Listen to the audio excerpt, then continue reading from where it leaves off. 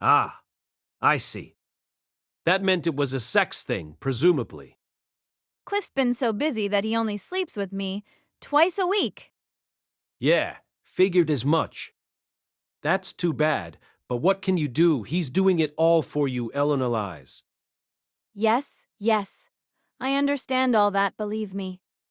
And once you finally move into your love nest, you probably won't emerge for a solid week, right? I was speaking from experience. The moment we got back from the Beggaret continent, Elanias and Cliff had shut themselves up in here for days. It was enough to make you wonder if all they really cared about was the sex. Not that I had any right to say so, given my own healthy libido. I can't help being jealous of you, Rudeus. Why? Sometimes I go without for a couple days myself. Yes, but you get to fool around with Sophie and Roxy at once, don't you? I'm satisfied with Cliff, of course, but I'm sure you three have a lot of fun together. Wait, what? No, we don't have threesomes or anything. What, really? That's a pity. It's quite a good time, I assure you. Why don't you give it a shot? Oh no! The devil's tempting me again. Don't listen to her, Rudeus. Begone, Mara. Amen. Scandalous. Disgraceful. I'm going to get you banned from the library, Elaniles. I don't think Sophie or Roxy would mind, you know? Easy for you to say, woman. What if I destroy my marriages? I suppose Roxy can be a bit uptight sometimes. She might not react too well if you dropped the idea on her all of a sudden. Yeah, that's what I'm saying. Sylphie tended to go along with anything I proposed. It was hard to know how she felt about things, and sometimes I wondered if she was sacrificing her own desires to please me. But if I told her I wanted to try this, I was confident she'd agree. Things were different with Roxy, though. Despite her no-nonsense personality, she had a surprisingly innocent side to her.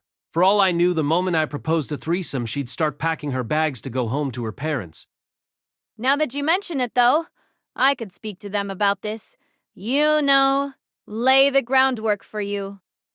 My God, of course! It's brilliant! Roxy might not react well if I brought this up out of nowhere, but she was actively learning new bedroom techniques from Elaniles. Elaniles could easily start dropping a few lessons about threesomes into the curriculum, and Sylphie trusted her advice completely, too. This was perfect. Almost too perfect. We'd be wrestling around in bed together in no time, and I wouldn't even have to feel awkward about it. Elaniles, you're a goddess. Was that a halo I saw above her head? Overcome with emotion, I bowed deeply before my savior. Well, such flattery. I'm not so sure I actually want to help you, though. It's not like I'm getting anything out of the bargain. Gah! She'd brought up the idea, and now she was refusing to help me? What a terrible woman. But I couldn't fight back now. She had me in the palm of her hand, and she knew it. I had all the willpower of a horse with a carrot dangling in front of its nose. Is there anything at all I can do for you, Elaniles? As I looked up anxiously at her face, Elaniles grinned wickedly. The woman really was a villain. Even my smiles didn't look this evil, probably. Well, I seem to remember hearing something about a rare aphrodisiac from the kingdom of Asura. Right? I've still got that. Never got around to using it. Would you mind giving that to me? As a present? She had to be talking about that little bottle of potion I'd received from Luke. To be honest, I'd never felt the need to rely on that stuff. I had more stamina than either of my wives, so I was afraid I might end up harming them if I took it. The idea of making them take it felt a little wrong, too. I'd never figured out a good way to use it. How do you want to use it? To spice up my wedding night. Is that even going to be necessary? It's a special occasion, dear. I'd rather like to have Cliff on me like a wild beast all night long. Sometimes it amazed me how freely Elaniles embraced her own horniness. I mean, it wasn't like Cliff was constantly walking around in a state of excitement. Delicate question, Elaniles, but do you ever get worried that you'll drive Cliff away with your, Not at all. We wouldn't have ended up together in the first place if he couldn't handle it. Ever considered trying to tone things down for his sake? I could try to restrain myself, but I'd explode eventually. I'd rather be consistently honest about my feelings. That was Elena lies for you, all right. Now that I thought about it, though, Cliff didn't seem to be forcing himself to keep up with her either. He did his best to please her, but I felt like he knew his own limits. They both loved each other intensely, in their own distinct ways. That seemed like a fun dynamic for a relationship. I kind of envied them. Well, all right then. You've got a deal. I'll bring it over next time I stop by. You're too kind, dear. Oh, I can't wait to see what Cliff's like when he can't control his passion anymore. Elenialis began to drool, her eyes glassy with passion. I was starting to feel a bit worried for my friend, but hopefully the two of them would emerge from this even closer than before. A month later, I found myself in the only Millis church in the city of Sharia. It was a majestic, solemn place, not unlike a Christian cathedral. Rows of simple benches filled most of the space. Up in front, the holy symbol of the Millis faith stood in a pool of sunlight pouring through a huge glass window. And in front of that symbol, a priest was offering a litany of praise to God. Saint Millis will always guide you and watch over you.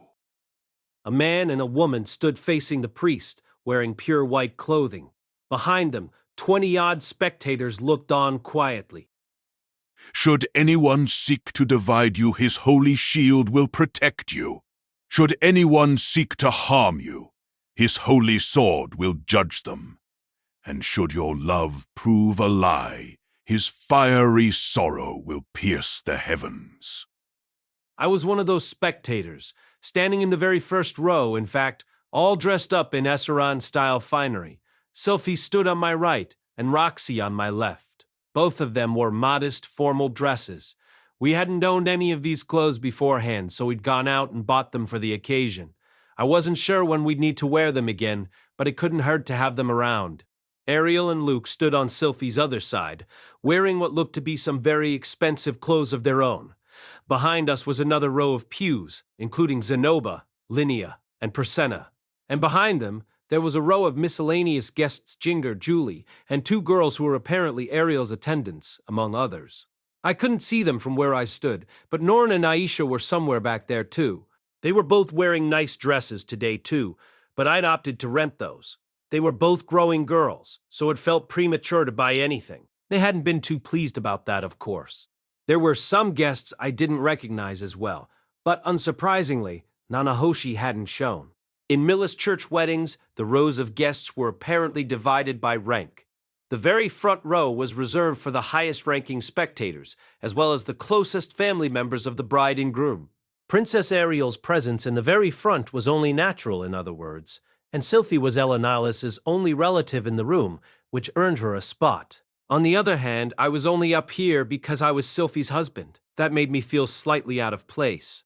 Roxy had it worse than me, though. She was up here as my second wife, and the Millis church didn't think too highly of bigamy. I think she found the situation a little awkward.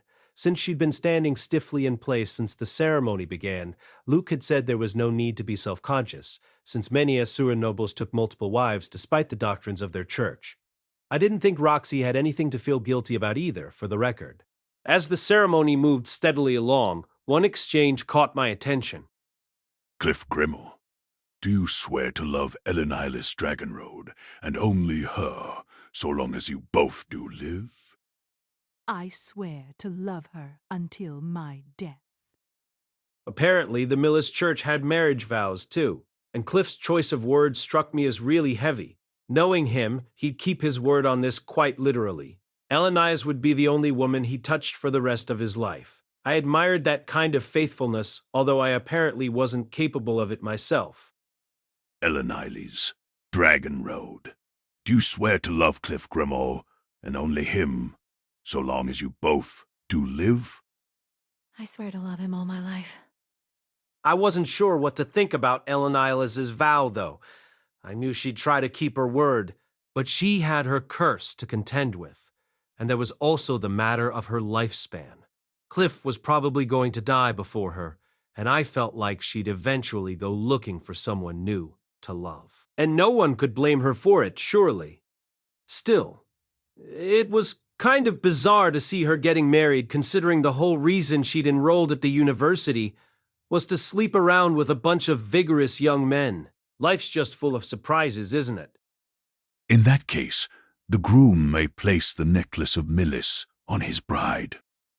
Cliff carefully accepted a large, heavily ornamented necklace from the priest. It was a standard ceremonial prop supposedly made in the image of a necklace St. Millis himself had once worn.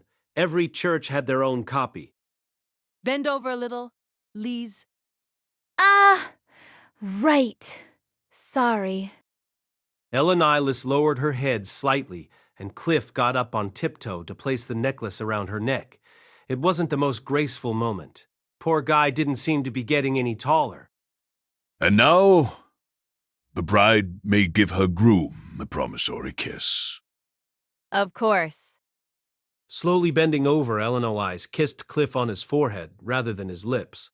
This part of the ceremony was based on a story from the life of St. Millis. On the day of his departure for the battlefield, Millis had bestowed his necklace on his most beloved. In return, she kissed him on the forehead, praying as she did so for his safe return. Later, when Millis was in grave danger, his most beloved held up her necklace to the heavens. Moved by its beauty and the depths of her love, God then interceded to save Millis. The story was said to be based on real historical events, but it was hard to say how much of it was. God in heaven, hear my plea. Grant peace too, the gift of everlasting love and happiness. As he spoke these words, the priest's wooden staff let out a peak. Mushoku Tensei Vol13 by Rifujin Namaganote, cast by Artale Studio. If you are interested in creating your own audio drama like this, please visit artale.ai and use promotion code ARTALE to activate your account. Now, enjoy the story. Brilliant burst of light that illuminated the entire church. The newlyweds were silhouetted against the radiance. With their pure white clothing, it almost looked as if they were melting into it. It was a lovely, dreamlike moment that seemed to last much longer than it did. Even after the light faded away, Elenice and Cliff stayed as they were, smiling into each other's faces. They looked truly happy, and it was obvious they were going to stay that way. I almost felt guilty for thinking, so that staff's a magic implement, right? Instead of cooing at the spectacle, maybe I was getting a little too pragmatic. With the ceremony at an end, the guests filed out of the church while the newlyweds looked on. It was a fairly short event, all things considered. Its purpose was solely to prove their mutual love to God, with us serving as witnesses. There wasn't a reception afterward or anything. Members of the nobility would probably take the opportunity for an after-party, but unfortunately Cliff was just a student. Still, if Batagati had been here, I had a feeling he would have loudly demanded that we throw a feast. And I was kind of in the mood to celebrate myself for once. It was a happy occasion after all. That was amazing. The bride looked so beautiful. Aisha and Norn were in high spirits as well. They'd been chattering excitedly about the ceremony ever since we left the church. You'd never have guessed that there was any tension between them. Come to think of it, though, I hadn't seen them fighting lately. If anything, they were getting along nicely. Millis weddings are so romantic, aren't they? Yeah. I want to wear a dress like that. As my two sisters chirped away, I glanced over at them furtively. I could see Norn falling in love with someone and putting on her own pure white dress someday. It wasn't the most pleasant of thoughts. I'd have to give the lucky man a punch to the face as his wedding present. Aisha, though, I wasn't so sure about her. It was difficult to imagine her running off to get married. Maybe she'd spend her whole life as the family maid. I guess girls do dream about that sort of ceremony, huh? Well, sure. I'm not complaining, though. Ours was nice in its own way. I liked how intimate it was. Of course, if she wanted her own proper wedding ceremony, we could manage something similar. We weren't members of the Millis Church, though, so it'd be more of an imitation than anything else. Cliff would probably agree to officiate if I got down on my knees and begged him. I wouldn't hesitate to grovel for Sylphie's sake either. A good man puts his wife before his dignity. Someone had tugged silently at my left sleeve. I turned to find Roxy looking up at me. She'd put on some makeup for the occasion, which only enhanced her beauty. The blush on her cheeks looked to be purely natural, though. Do you want to have a wedding ceremony of your own, Roxy? The two of us had never gotten around to formally celebrating our marriage. The timing had a lot to do with it. We just delivered the news of Paul's death, after all. But in addition to that, the Meagard had no tradition of matrimonial ceremonies. Roxy had told me up front that it wouldn't be necessary. Still, it wouldn't have surprised me if she'd changed her mind after today. No, that won't be necessary. But, try to read between the lines, will you? With that, Roxy closed her eyes and puckered up. I wasn't entirely sure what had prompted this, but I wasn't about to pass up on such a delightful invitation. Taking Roxy by the shoulders, I pulled her close and kissed her on the forehead. What? Sorry about that. Your forehead's particularly adorable today. Is it? He. Roxy seemed a bit confused at first, probably because of where I'd planted my kiss. But once I complimented her, a big goofy smile spread across her face. The woman was truly easy to manipulate, but that was just another part of what made her charming. Okay, I think I've made up my mind. It has to be Roxy tonight. Oh, Rudy, give me one too. Clinging to my right arm, Sylphie pushed her head toward me expectantly. Naturally, I wasn't about to disappoint her. Why would I hesitate to plant a kiss on a beautiful woman's forehead?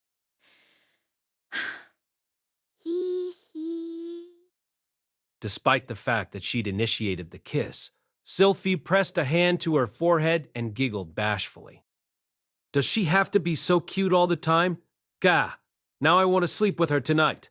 But also Roxy. What about both of them at once? I wasn't sure if Eleniles had finished laying the groundwork for me yet. It had been a while since I asked her, though, and I'd given her the aphrodisiac some time ago. Maybe it was safe to give this a shot. Rudeus, could you try to control yourself? We're in public. The look on her face clearly conveyed the unspoken part of her message. I just saw a very nice wedding, but your degeneracy is kind of killing the mood. I understood how she felt. It's not much fun watching your brother seducing a woman, let alone two of them at once. Oh, is somebody a whittle jealous? What the? Gah! Quit it! By ways of an apology, I gave Norn a big hug and planted a kiss on her forehead. Blushing, she pulled herself away and started rubbing furiously at the spot where my lips had touched her. What a splendid sight! Aisha took all of this in with an extremely envious look on her face. It was obvious she wanted to be included but feared that I might turn her down. Not that she had any reason to be worried, of course. Aisha. With my best attempt at a warm, loving smile, I turned to her and spread my arms wide. Rudeus. Her face shining with joy, Aisha leapt toward me. After receiving her forehead kiss, she snuggled against me like a happy cat. Fa-ha-ha-ha! Come, suffer in my embrace. Still, I couldn't say I approved of her twining her legs around mine like this in public. She was wearing a dress and all, so she was probably exposing her underwear. Aisha, cut it out with your legs. You've got a dress on, remember? I'm assuming you don't want to flash everyone on the street. Okay, got it. Hopping away from me with a satisfied grin, Aisha got right back to trotting down the street. What was I going to do with her? True, she was only 11 years old, which made her a child, but sadly, there are some gentlemen out there who regard anyone over the age of 10 as fair game. I needed her to be more careful. As I set off after my sister, a stray thought popped into my head. In a letter he wrote some time ago, Paul had suggested that we celebrate once our family was reunited. I'd been meaning to do something along those lines, but somehow 6 months had slipped past without it happening. We hadn't held a party for Aisha and Norn on their 5th or 10th birthdays either. I felt guilty about that, especially since I'd been treated to a big bash at their age. It's always nice to have someone celebrate for you, right? Yeah, okay. Let's have us a party. Legends of the University number 7. The Boss is a Big Shot. Chapter 8. A Lucky Man. About 2 weeks after Cliff's marriage to Elenilas, I headed out into town with both Sylphie and Roxy. Our goal for the day was to purchase birthday presents for Norn and Aisha. I decided to make their party a surprise, which meant we needed to make all the preparations as stealthily as possible. There was another reason why I dragged both my wives along on this trip, but we'll get to that later. We were in the middle of the harvest season by now, and the city was bustling with activity. Horse-drawn carriages were rumbling along the streets in all directions, and the vendors selling fruits and vegetables were all smiles. The food was cheaper at this time of year, but also fresher and tastier. The harvest festival was coming up soon, too, as evidenced by the big wooden stage that had gone up in the middle of the city's central square. This wasn't the most elaborate of events. It involved campfires in the streets, big pots of stew with all sorts of ingredients, and a lot of cheap booze. People would gather around the fires to eat, drink, and express their gratitude for the Earth's blessings. There weren't any other major events that I knew of. No singing or dancing even. Still, as long as you brought your own pot, you could get a big helping of the stew for free. Aisha had apparently taken advantage of this last year while I was away. She hadn't been too impressed, though. They sort of threw things in there at random, so the flavor wasn't anything to write home about. Hopefully I'd get the chance to try it for myself this year. If it was gross, that might be interesting in its own way. It's certainly lively these days. Yeah, it always is. Lots of people come into town this time of year. Apart from the merchants moving in all directions, there were plenty of students out on the streets, peering into the booths and stalls. Sometimes we passed farmers pushing wheelbarrows full of vegetables, or adventurers squabbling about who'd bumped whose shoulder. Sharia was the largest city in this region, but it was only this noisy around this time of year. Also, I was noticing an unusual number of beast folk out in the streets. Most of them were tough-looking guys carrying broad machete-like swords. They had a festival of their own going on at the moment as it happened. Linnea and Presena were both going into heat around the same time, so their bravest young fighters had traveled here from all around the world to compete for them. This year, Linnea and Presena were going to be facing them head-on. I guess they thought it was about time to find themselves husbands. In a break with beastfolk traditions, however, they declared that they would be choosing their mates personally from among those who bested them. At a bare minimum, they wanted a sword saint, advanced tier mage, or A-rank adventurer. Furthermore, his fur needed to be glossy, his ears erect, and his tail straight. Oh, and he had to be both a savage warrior and a considerate gentleman. Their standards seemed a little unrealistic to me, to be perfectly honest. Hopefully they'd find someone nice, just like me. On my right, I had Sylphie. On my left, I had Roxy, a woman on both sides, every man's dream. Hey there, Miss Sylphiette, Miss Roxy. I've got a proposal for you. And what would that be, Mr. Rudeus? Go right ahead. How about we walk arm in arm? The idea had popped into my head suddenly, but it was sort of an extension of my previous thought. The real dream was to strut around with two women clinging to your arms, showing off how popular you were.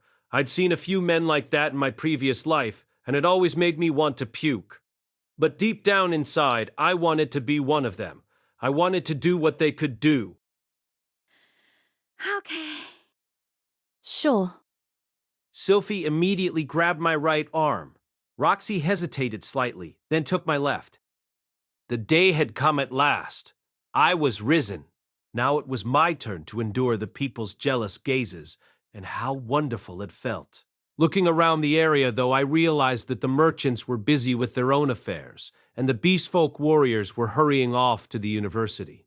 Some of the students in the crowd were looking our way, but they averted their eyes quickly. I might have gotten a few jeers from the local adventurers if we were in a tavern or something, but even they didn't seem bored enough to harass me on the street. Overall, I was getting much less attention than I'd anticipated. Still, I was deeply satisfied by the experience. Why, you might ask, well, my right arm was currently experiencing some pleasant sensations. Sylphie was pressing a certain something against it in a way she wasn't capable of before. No need to be coy, right? I'm referring to her chest. I, Rudeus Greyrat, was walking through the town with a woman's breasts pushed up against my arm. This simple fact was enough to fill me with joy. The once barren soil of my heart, bleached dry by a miserable adolescence, was blooming with life. I couldn't stay in this oasis forever. Soon enough, these pillowy clouds of pleasure would return to their rightful and more modest size. But that didn't make them any less real. They were the legendary Treasure Islands, and I had found them. And it wasn't just Sylphie offering me this joy. Roxy, on my left, was also pressing her meager chest against me. Her breasts were small, but they did exist. I could feel their distinct softness against the muscles of my arm. They were meek enough to inherit the earth. This was truly splendid. I said a few silent words of thanks to the muscles of my own arms. If not for their hardness, I couldn't have appreciated this softness so fully. Ha ha ha, don't be jealous. Heracles the bicep, you're truly wonderful as well. Nah. I hadn't meant to laugh like that, but it had happened anyway. As I've already mentioned, the purpose of our outing today was to choose presents for my dear little sisters. However, that wasn't my only goal. Just the other day, Elenias had finally delivered the news I'd been waiting to hear. I've softened them both up for you, Rudeus. You just take them both out on a date, get a nice mood going, and then take them to a classy inn. That's right, my friends. Today was the day. I was going to sleep with both my wives at once. I was boiling with anticipation. Would I be able to satisfy them both? I couldn't wait to try. Rudy? Sylphie's voice snapped me back to reality. Whoops, guess I was zoning out a bit there, You're drooling. Are you ready to eat already? said Roxy, wiping at my face with a handkerchief. I clearly needed to be a bit more attentive. I was hoping today would end with a threesome, yes, but I wasn't going to get sloppy about the date itself. We'd pick out Norn and Aisha's presents carefully, and after that, I was going to make sure they both enjoyed their day out. All of this was equally important. Sorry about that. I guess I was just lost in thought. Picking the presents was our main activity for the day. We decided to look all around the city and take our time with the decision. Our search got underway in the workshop district. You could find all sorts of magical tools and implements in this area of the city. Of course, there were plenty of enchanted objects for sale in the commerce district as well. But those were largely tested, refined products that commanded very high prices. In the workshop district, you got a more eclectic mix, including prototypes and experiments produced by fledgling creators. For the most part, their effects weren't too remarkable. They were more like toys than anything else. But sometimes you'd dig through a pile of junk and find a masterpiece from an inventor who'd soon be famous. Or so Roxy told me, at least. One of her old classmates from the university had joined a workshop here as an apprentice, so she knew a few things about the area. Unfortunately, they'd moved to a different city at some point. Roxy didn't seem too optimistic about our mission. To be honest, I don't think we'll find anything those two would like here, she'd said, but she was browsing through the magical implements on display with great interest. Naturally, I wasn't expecting to find a suitable present for Nor nor Aisha either. The reason I'd brought us here was to find a gift for Roxy. Although we were formally married, I'd never really celebrated that with her. She wasn't interested in a wedding ceremony, but we could still have a belated party. My plan was to combine that event with Aisha and Norn's birthday celebration. Roxy didn't know about that part, of course. It was also a surprise. She thought she was in on the game, but I was playing five-dimensional chess here. If she expressed interest in anything on sale here, I'd planned to sneak back out and buy it a few days later. Of course, magical implements could get very expensive. Right now, our family's funding was coming from four main sources. Sylphie and Roxy's salaries, the royalties from that scroll Nanahoshi gave me, and the money we'd earned from that labyrinth. In particular, the labyrinth money, my inheritance from Paul, in a sense could have kept me comfortable for a solid 30 years or so all on its own. It wasn't enough to let me lounge around for the rest of my life, but it was a very nice cushion. There was no telling when we might need to spend a whole lot of money all at once, so I was doing my best not to spend our cash carelessly. For a wedding present, though, I was more than willing to dip into my savings. Hell, if Roxy muttered I want to drive a Porsche, I'd get her one. There didn't seem to be any luxury car dealers in the magic city of Sharia, though, so I might have to settle for drawing their logo on Dillo's forehead. This pot that freezes its contents when you feed it mana seems handy. Maybe Aisha would appreciate it. I get the feeling Aisha prefers cute things, honestly. Oh, you're right. I guess we shouldn't give her something she'd use at work. I watched Roxy like a hawk as she chatted with Sylphie. So far, I hadn't noticed her yearning for anything in particular. She seemed totally focused on picking a present for my sisters, rather than finding something for herself. What do you think, Rudy? I think it would be delightful to lick your face like a dog, Roxy. Can you try to take this seriously? You're the one who suggested the trip, you know. Of course I was thinking about Aisha and Norn's presence as well, but the stuff for sale around here just wasn't their style. After a while, we moved to the Commerce District. Our destination was Sylphie's favorite clothing store. I'd bought my current robe here, and it was my go-to place for finding presents also. Wow. You shop at some very fancy stores.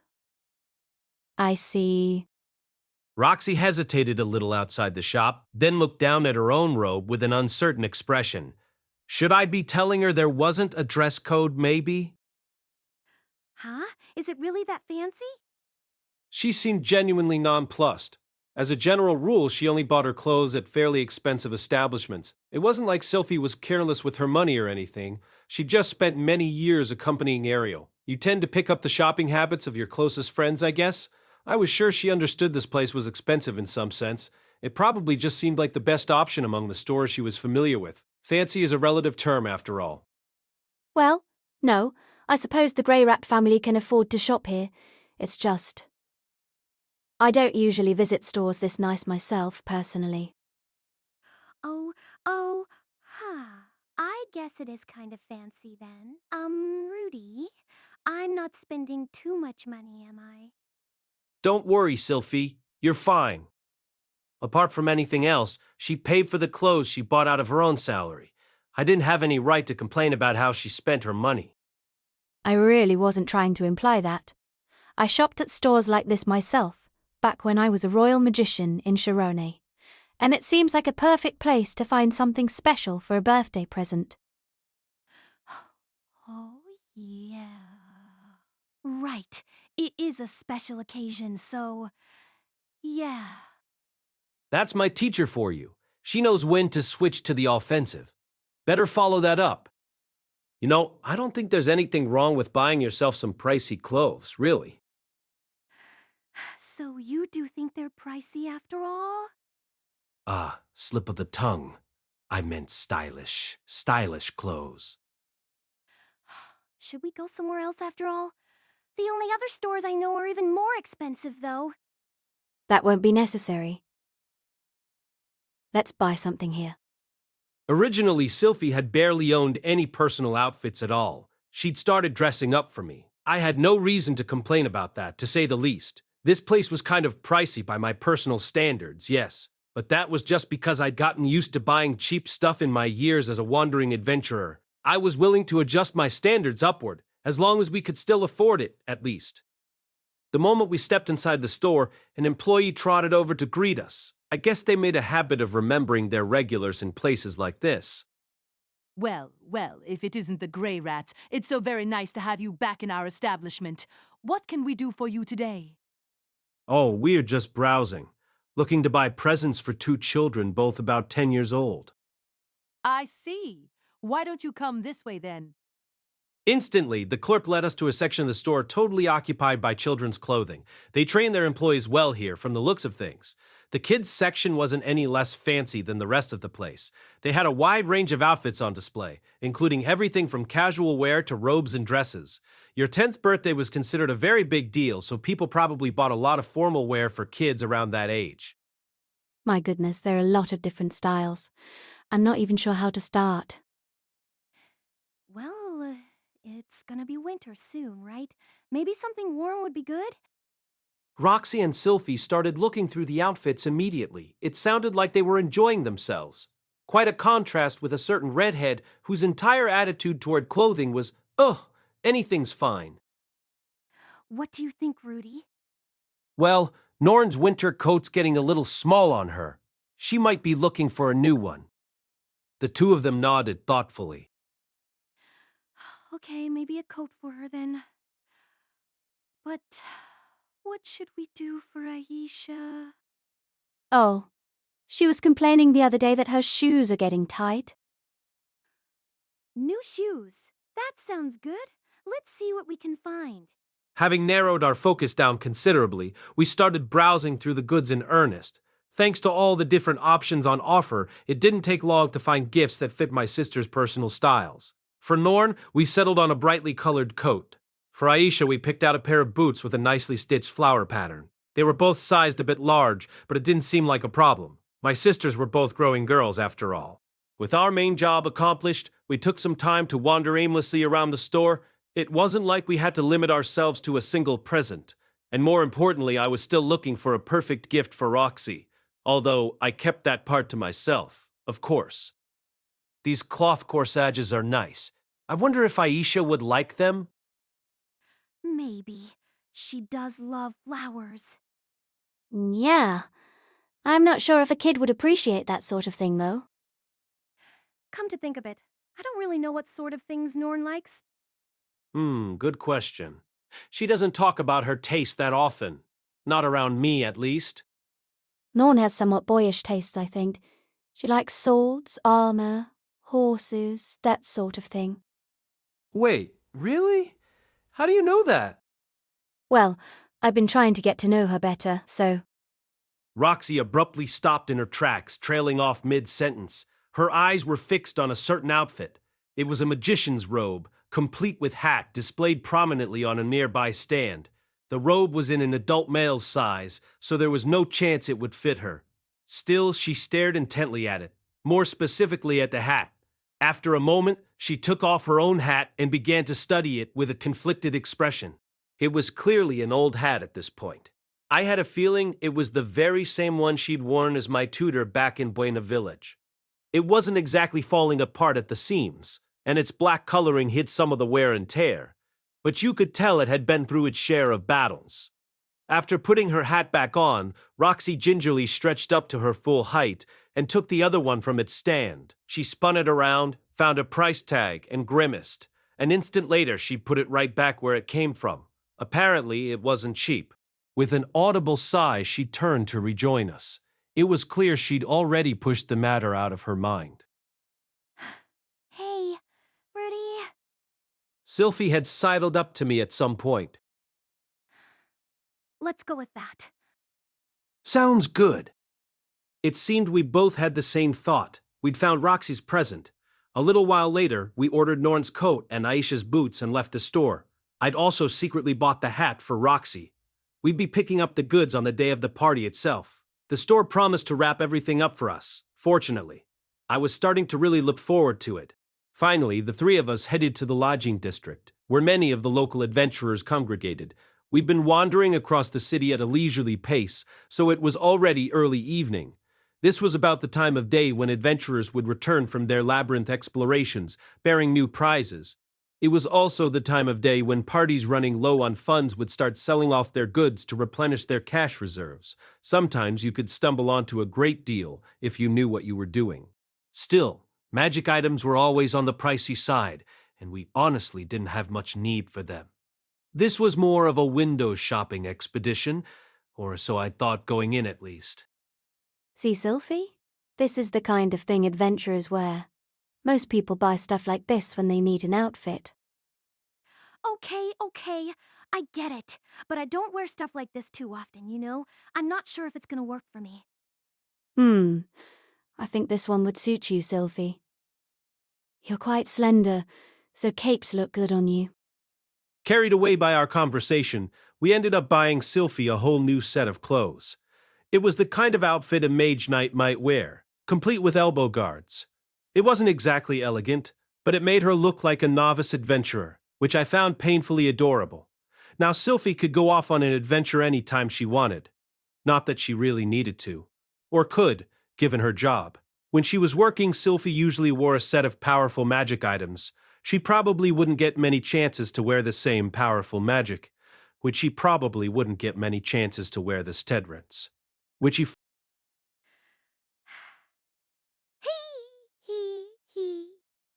Still, she looked very pleased with the gift. By the time we were finished with our purchases, the stores in the area were starting to close. Shops didn't stay open all night. As a general rule, we spontaneously headed toward the nearest taverns and restaurants.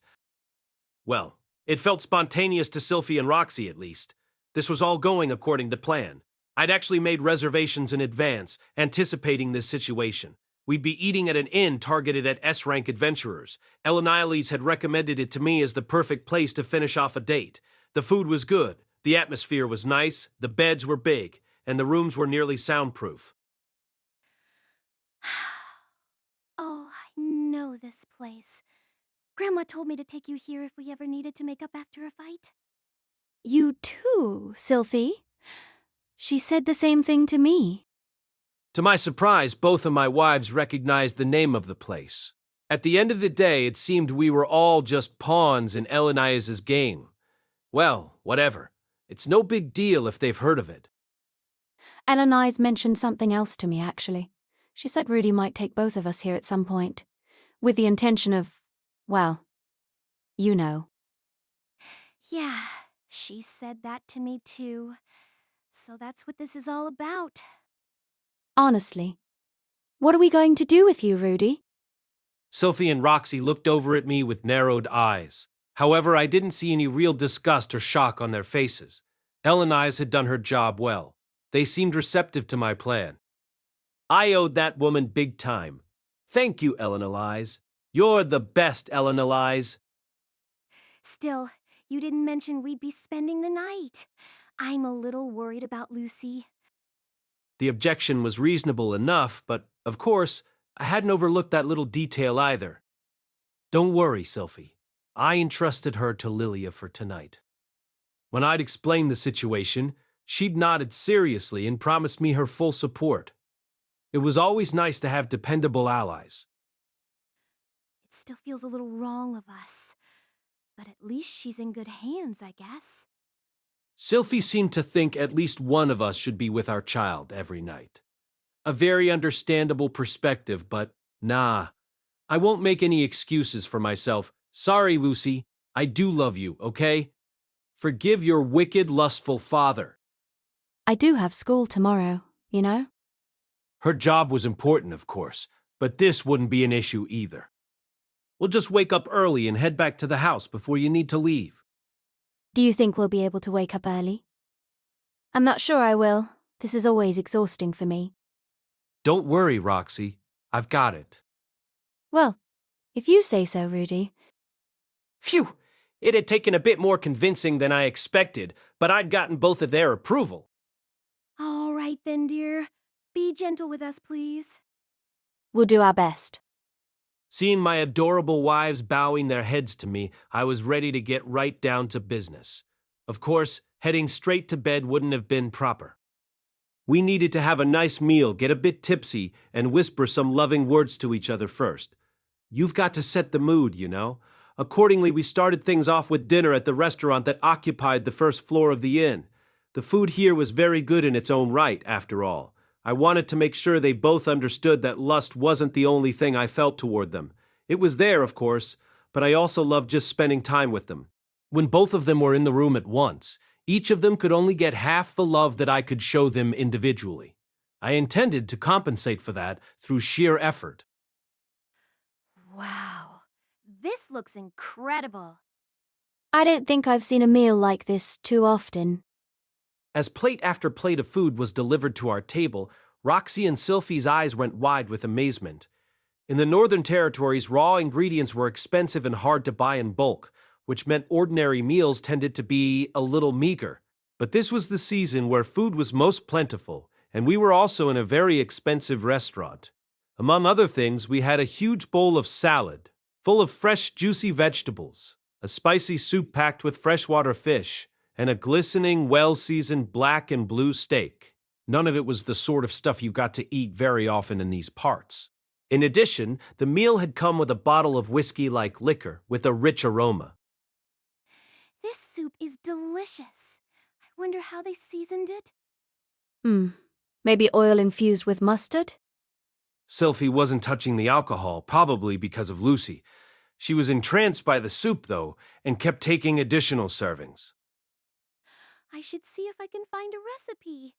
Rudy, would you try it if I made some? She tilted her head at me in a particularly adorable way as she asked this question.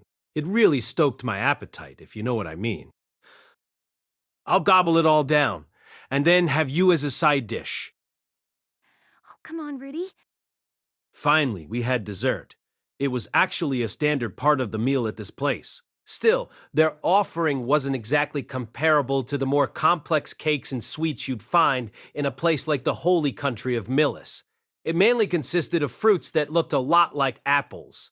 I'd eaten these before, but they were much sourer than the apples from my old world.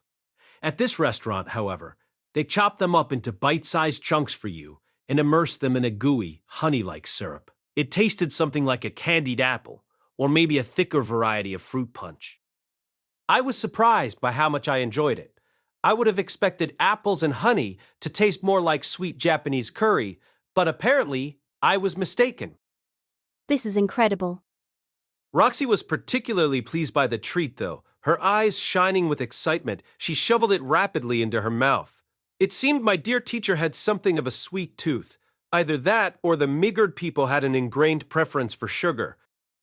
It's so good. I didn't know you could get anything like this in the Northern Territories. Either way, the joy on her face was very real. I was starting to worry she might have an explosive foodgasm in the middle of the restaurant. Ugh. All too quickly, her dessert had disappeared. She stared down at her empty plate regretfully. Here, Roxy, you can have mine. As I pushed my share over to her, Roxy looked at me in shock. Really? Are you sure? I'd been enjoying the dessert myself, of course, but I enjoyed seeing that look of pure delight on her face even more. Yeah, I'm sure. Here, say, ah. I'm not a child, you know. Ah. With every bite I fed her, Roxy's face lit up, and she held a hand to her cheek in bliss. It made me want to keep going indefinitely, but sadly, my share of the dessert had disappeared as well. We'd have to continue this the next time we came here. Okay then, we've had a nice dinner, and I've softened them up with sweets. I think it's about time. You know, ladies, What is it, Rudy? Go ahead. I've actually reserved a room here, as it happens. Ah, this feels good. That was another line I wanted to say at least once. Right. Roxy, I know we talked about this a bit, but are you sure you're okay doing this with me? Yes, I think I'm ready for this. Let's do it. Roxy and Sylphie nodded to each other, blushing slightly. This was going to be a night to remember. Legends of the University Number 8, The Boss is Loaded. Chapter 9, The Party.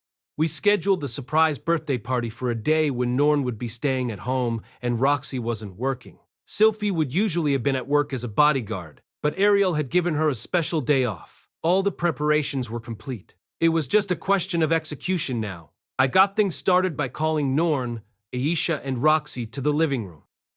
Hey, I've got something in mind for today. How about you three come along? Come along? For what? My sisters tilted their heads curiously. The main purpose of this outing, of course, was to get them out of the house for a few hours so that my accomplices could pick up the presents and get all the food ready. Of course, Rudy. I'd be happy to come. We'd planned all this out beforehand, so Roxy wasted no time in agreeing to the proposal. Little did she know that she was going to be surprised herself. Mah-ha-ha-ha! Hey, Mom, can I go? I've still got some work left to do. You were invited by Master Rudeus himself. Of course you can go. Aisha nodded happily. Norn, on the other hand, didn't respond immediately. She was looking over at Sylphie with an anxious expression on her face. After a moment, she turned back to me and spoke up. You're inviting Roxy, but not Sylphie? Huh? Well, I have to look after Lucy. Didn't you both go out with Rudeus the other day? Are you really all right with this? Actually, this whole thing was my idea. Huh? What do you mean? Well, Morn, you haven't really warmed up to Roxy yet, right? I guess not. No! Yeah. And it's not much fun having that sort of tension in the house.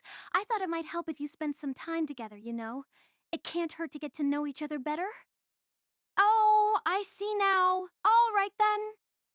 Norn seemed convinced by this, but Aisha looked a little dubious. After all, she already got along with Roxy. I'd seen her bringing Roxy tea and snacks when she was up late preparing for the next day's classes. After a few moments, though, Aisha seemed to decide these details weren't too important. She shrugged her shoulders slightly and then smirked to herself. Please don't tell me she's figured it out already. So that's that. You guys go have fun, okay? Okay. I appreciate your thoughtfulness. It had been a bit of a close call, but we'd gotten over the first hurdle. The preparations for this party were going to take some time. There were only 2 people to pick up the presents, cook the food, and set up all the decorations. To give them some breathing room, my goal was to kill time with the girls until early afternoon. However, I couldn't risk taking them to the Commerce District. There was a chance they'd bump into Sophie as she was picking up the presents. That still left the Lodging District, Workshop District, and the university itself, but I had a different idea in mind. Fishing, huh? The 4 of us were outside the city entirely. Out here, it was quiet enough to hear the little stream below us gurgling softly, and the water was clear enough to see the fishes darting around beneath the surface. Yep, seems like a good family bonding activity, don't you think? I see. So Sophie wasn't completely making all that up earlier. Chatting quietly with Roxy, I started to unpack the fishing gear I'd prepared for this expedition. We didn't have anything as convenient as a reel or lure on offer, unfortunately. Our rods were simple wooden things with lines made of braided giant spider silk.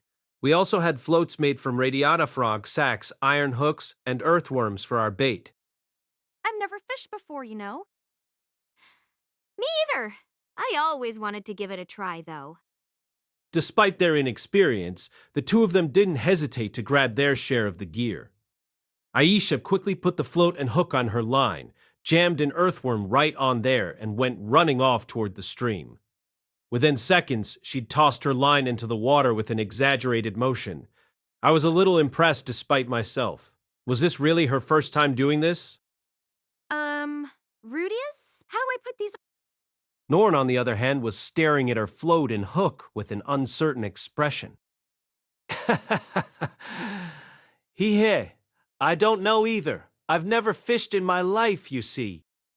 In my previous incarnation, I'd been a strictly indoors type of guy. I'd never gone fishing, and I'd never felt any interest in doing so. And of course, I'd never felt the need to try it in this world either. When I wanted fish, I could get them easily enough by freezing the water solid. Would you like me to teach you, Norn? It sounded like she had some actual experience. That was a stroke of luck. We could always have fumbled our way around by trial and error, but it was always faster to learn from someone who knew what they were doing. Yes, please. Norn ultimately took Roxy up on the offer, but she looked a bit conflicted. The kid was a faithful member of the Millis Church. I had to assume she felt a little awkward around Roxy, since she was my second wife. Still, it didn't seem like she actively hated her. Not on a personal level, at least. All right. Now you try. Like this? That's right. You're good at this. Thank you. Roxy showed Norn the ropes patiently and politely. Norn returned the favor by listening carefully. It seemed like a good sign. I really wanted them to get along, at least. Soon, all 4 of us had taken our places along the stream. Roxy's experience was immediately obvious. Perched on a little chair I'd made with my earth magic, she squinted carefully down at the water, holding her rod firmly in one hand.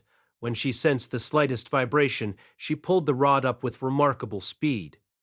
I hadn't seen her catch anything particularly huge yet, but she'd caught more fish than anyone else so far. Her pose and total concentration reminded me of a monk meditating on the mysteries of the universe. You're certainly good at this, Miss Roxy. Well, yes. Back when I was on the road alone, it was important to find my own food whenever I could. Come to think of it, Rougeard used to catch us lots of fish when we were traveling together. Oh, was he a fisherman as well? No, he used his spear. He would just thrust it into the water and then pull it back out with a fish on all 3 prongs. Norn had taken a seat next to her, and they'd been chatting on and off for a while. The conversation was still a little hesitant, but it seemed like progress. Oh, Norn, you've got a bite. Pull up on it. Huh? What? Oh, okay. Uh...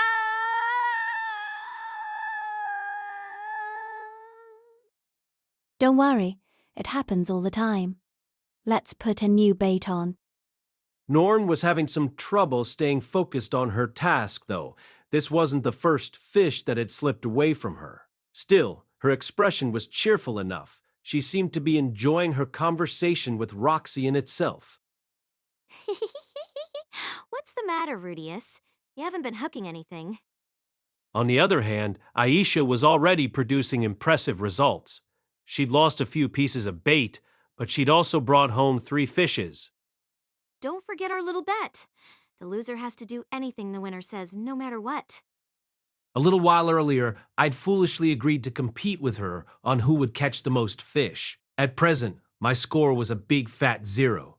This wasn't looking promising. We were both first-timers, right? Why was she this much better than me? Okay, kiddo, just try to make it something I can actually do. Whatever shall I choose? Maybe I'll make you hug me all night long while whispering how cute I am. Oh, or you could teach me some of the stuff you do with Roxy and Sylphie. Yeah, nothing too adult, please. I don't want Dad getting angry at me. Hey! It's no fair bringing Dad up. I wasn't too worried, really. For all her outrageous teasing, she'd probably settle on asking me for a slightly expensive little trinket. That said, wasn't losing to my little sister a problem in its own right? Wasn't it a bit too early for her to be surpassing me like this? Indeed it was. I had my dignity as the head of this household, and I needed to defend it. It was good to be a beloved big brother, yes, but it was better to be a feared big brother. All right, Aisha, I'm taking the kid gloves off now. Were you taking it easy on me or something? That's right. From now on, I'm going to use my demon eye. That's not fair. Complain all you want. This is what I'm really capable of. By peeking a second into the future, I'll obliterate every fish in this stream. With a little smirk, I activated my demon eye of foresight and stared down at my float. No movement. No movement. The float twitches slightly. Thanks to my regular practice menu, my arms were strong and accustomed to swinging things up and down. And now I had the added power of my artificial hand to work with. No fish known to man could hope to resist me. With one quick violent motion, I yanked my prey up out of the water. Yeez! It's a big... My prey being, in this case, a large boot. Almost everyone in this world wore shoes and boots, of course, and this stream was connected to a river that flowed past the bustling magic city of Sharia. The inhabitants of the area used that river regularly to wash their clothes or fill their water buckets. Adventurers made use of it all along its length as well. Someone probably fell into it and lost their footwear every once in a while. All that said... Rudeus. Aisha was looking at me with pity in her eyes. Perhaps I needed to change the way I looked at this. This thing wasn't a boot. It wasn't a boot at all. Yes, it was starting to look like something else entirely now, perhaps even a fish. Perhaps! It sort of looked like one in a way. And wasn't that good enough? Didn't that make it a fish in some sense? Indeed it did. This right here was a fish. Nodding to myself, I tossed the boot into my bucket. All right, Aisha, that's one. I'll catch up to you in no time. What? That was a boot, Rudeus. I'm sure it looked that way to you, but it's actually a boot-like organism that lives in the water. I call it the bootfish. Not even creative. That doesn't count, okay? That really doesn't count. Reaching down into the bucket, Aisha grabbed my prize and hurled it back into the water. No! You're not supposed to throw trash in the river. Well, so be it. We'll just say that was a catch and release. That boot was still a baby, right? Now that we've returned it to its natural habitat, it'll swim out to the ocean and come back nice and plump. Yeah, let's go with that. Yes, that's number 4. Yes, that's number 4. As I was pondering these matters, however, Aisha caught her 4th fish of the day. Maybe I wasn't going to win this battle after all. I'm sorry, Sylphie Roxy. I guess I'll be my little sister's plaything tonight. That's it, Norn. That's the way. Pull it in. Pull it in. Ugh. And Keep going, carefully now. Things were getting noisy off to my other side. I looked over just in time to see Norn pull home a fish. It was a big one too, about the size of a colored carp. yes, I did it. I caught my first thing. Wow, look at it.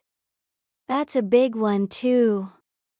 Norn celebrated with a big smile on her face, and Roxy clapped her hands in delight. It was a heartwarming moment. Putting everything else aside, I was glad we'd come. We kept it up for a couple hours longer, but once the sun started to sink, it was time to call an end to our expedition. Okay, everybody. I think it's time we went home. My sisters didn't take this announcement too well, though. Already? I was hoping to catch just one more. Time flies when you're having fun and all that. I could understand how they felt. Still, the real fun was coming up a little later. Sorry, girls. Monsters might start sniffing around once it gets dark. You could just blast them for us. We've got Miss Roxy here, too. It was a fair point. The monsters in this area weren't much of a threat, even in groups. With both myself and Roxy here, it was hard to imagine a scenario where Norn or Aisha could get hurt. That was no reason to give in to their demands, though. We'd be out here all night. Even if I hadn't planned something for this evening, I would have dragged them home about now. Sorry, but the answer's no. We can always come back another day. You're just mad because you didn't catch any yourself. Hey, come on. If I got serious, I could catch all the fish I wanted. This was true, in a sense. Maybe I wasn't the best with a rod, but I could always electrify the water or set off an underwater explosion. I definitely wasn't just being a sore loser. Anyway, the decision's final. Let's get going. All right. Okay. Before we left, I took a moment to freeze the fish we'd caught with my magic. We could bring them home for later. I'd thought about grilling them for a snack on our way back, but you're supposed to show up to a party hungry, right? The fish could wait a day or two. As we made our way back home, Norn and Aisha chattered happily, bragging about how many fish they'd caught and how big they were. Roxy and I followed just behind them. Roxy had a look of quiet satisfaction on her face as well. Things had been awkward between her and Norn for a long time now, but today felt like a big step in the right direction. We're home. Congratulations. The instant we set foot inside the house, we were greeted by a burst of applause. It was a sparse but enthusiastic ovation. Sylphie, Lilia, and Zenith had all been standing in the foyer waiting for us. Zenith didn't join the clapping itself, of course, but I thought I saw a hint of a smile on her face. Norn let out a little yelp, and Aisha froze up completely. Taking that as our cue, Roxy and I joined in on the applause from behind. Norn turned back to look at us, her eyes wide with surprise, and murmured, "Huh?" a second time. She clearly hadn't figured out what was going on just yet. All right, everyone, let's go to the dining room. Stepping forward with a smile, I pushed a confused Norn and a dubious Aisha forward. The dining room was full of simple but attractive decorations. There weren't any big banners hanging across the room or anything, but we did have some very nice flowers on the walls, and there were candles gleaming all around the place. The table was covered in a very nice white cloth, with plates and vases of flowers sitting on top of it. The drinks had already been poured, but there wasn't any food yet. They'd presumably be carrying that out a little later. At the far end of the table, the customary seat of honor, 2 chairs sat snugly next to each other. I brought Aisha and Norn there and offered them their seats. Wait, but... Huh? What's going on?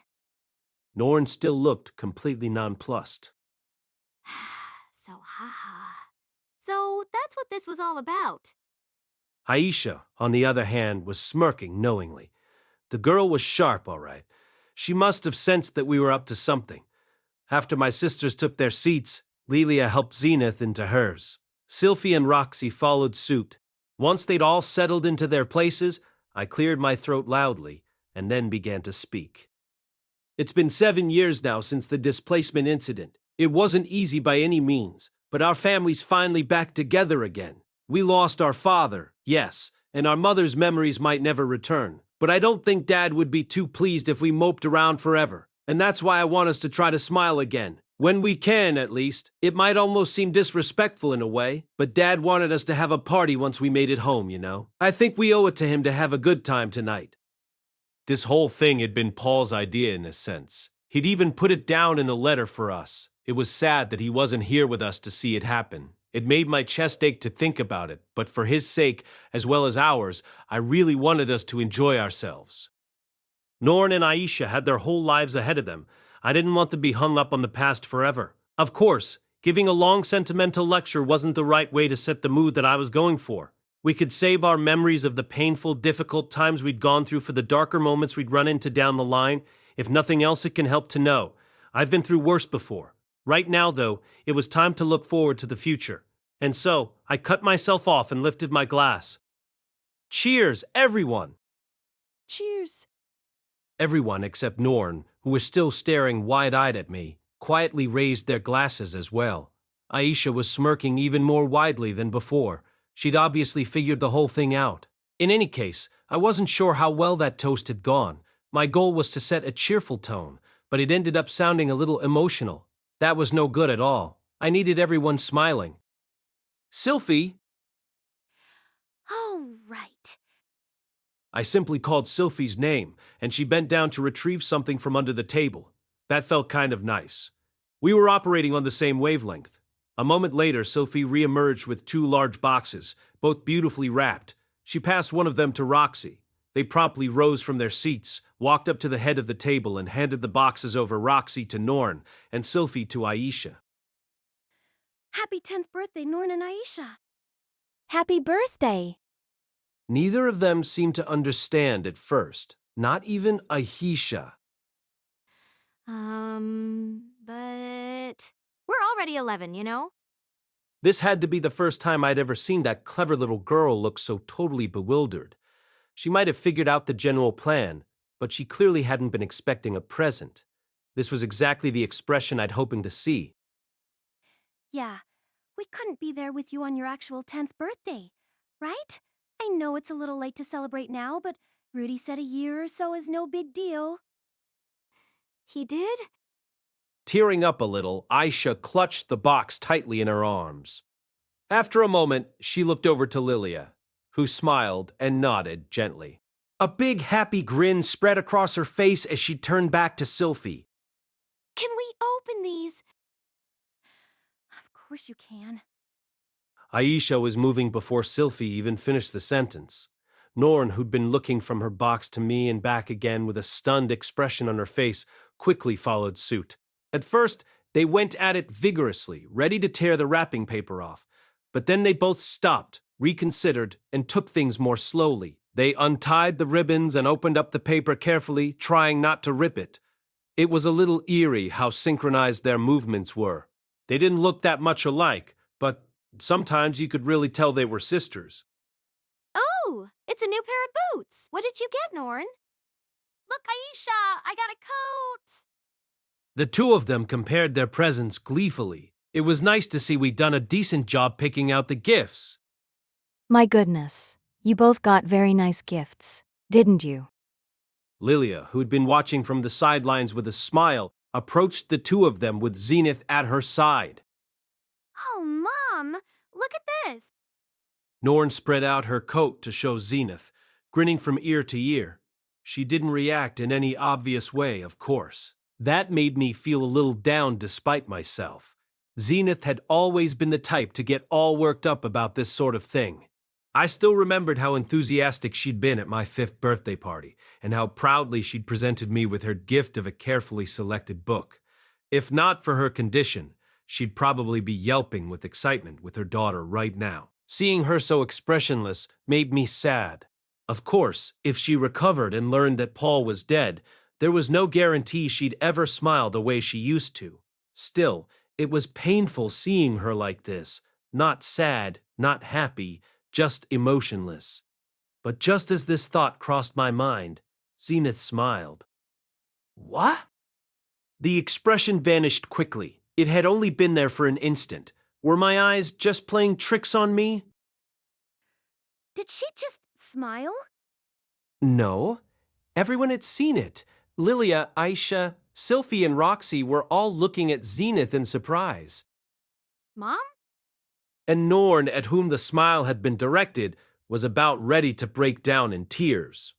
Zenith reached down and stroked Norn on the head, then did the same to Aisha. Her movements were even more gentle than usual. She was happy to see her girls growing up. Oh, madam.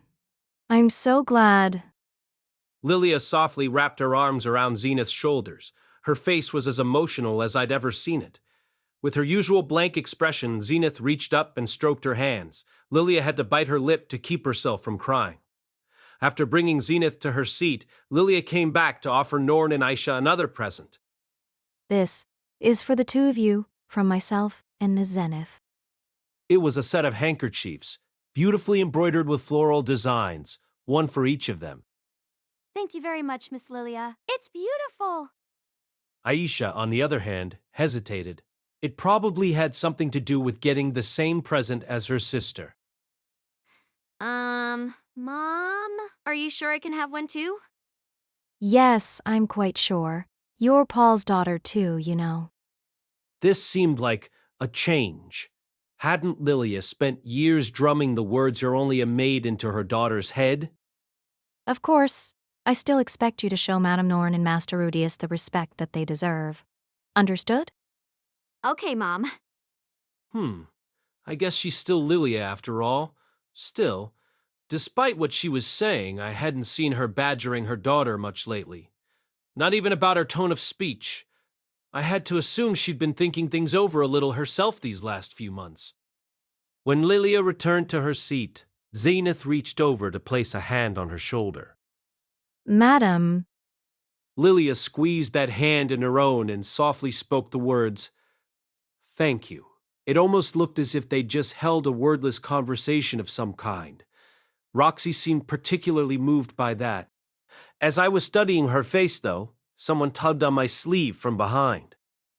I glanced back to find that it was Sylphie. She was carrying a third box, the one that wasn't for my sisters. Right, can't forget the next part. Roxy.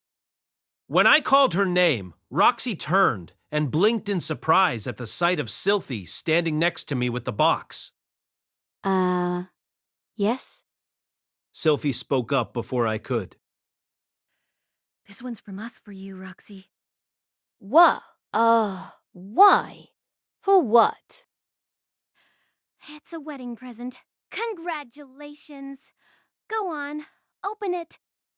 Roxy did as she was told, and when she retrieved the hat from inside her present, her eyes went wide as saucers. Sylphie? Rudy? Is this... Welcome to the family, Roxy. Let's try our best to be like Zenith and Lilia, okay? The smile on Sylphie's face as she delivered that line could only be described as angelic. In the face of its overwhelming power, Roxy bit her lip, looked down slightly, and squeezed the hat to her chest. After a moment, she managed to squeak out the words, Thank you, Sylphie. I could see tears glimmering in her eyes. I wouldn't hear about it for some time, but according to Roxy, this was the moment she felt that Sylphie had truly accepted her into our lives. With the main event behind us, the rest of the party went off smoothly. First of all, Lilia carried out a big cake. It was a fluffy sponge cake type of thing, although there wasn't any cream involved. Instead, there was dried fruit on the inside. The batter itself was on the slightly bitter side, but the sweetness of the fruit balanced that out beautifully. I'd eaten cakes like this before. Back in the kingdom of Asura, they'd made one for my 5th birthday, and I seemed to remember it being served at the party for my 10th as well. Ah, that brings me back. I wonder how Eris is doing these days. Wherever she was, I had to assume she was merrily chopping her way through life. Maybe she'd even gotten married, like me. Nah, probably not. There wasn't a man in the world who could handle that girl. When I asked Lilia about the cake, she explained that it was a traditional Asuran treat. Many families had one every time there was something worth celebrating. Paul hated the taste, though, so he'd almost never made one. It was a little amusing to hear the man had been a picky eater at his age, but it did seem in character. Sylphie had helped out with this cake and seemed confident she could make one by herself next time. Norn seemed to be really enjoying it, and I kind of liked it myself. Aisha was less of a fan, though. I could see her picking around the chunks of fruit as she ate her slice.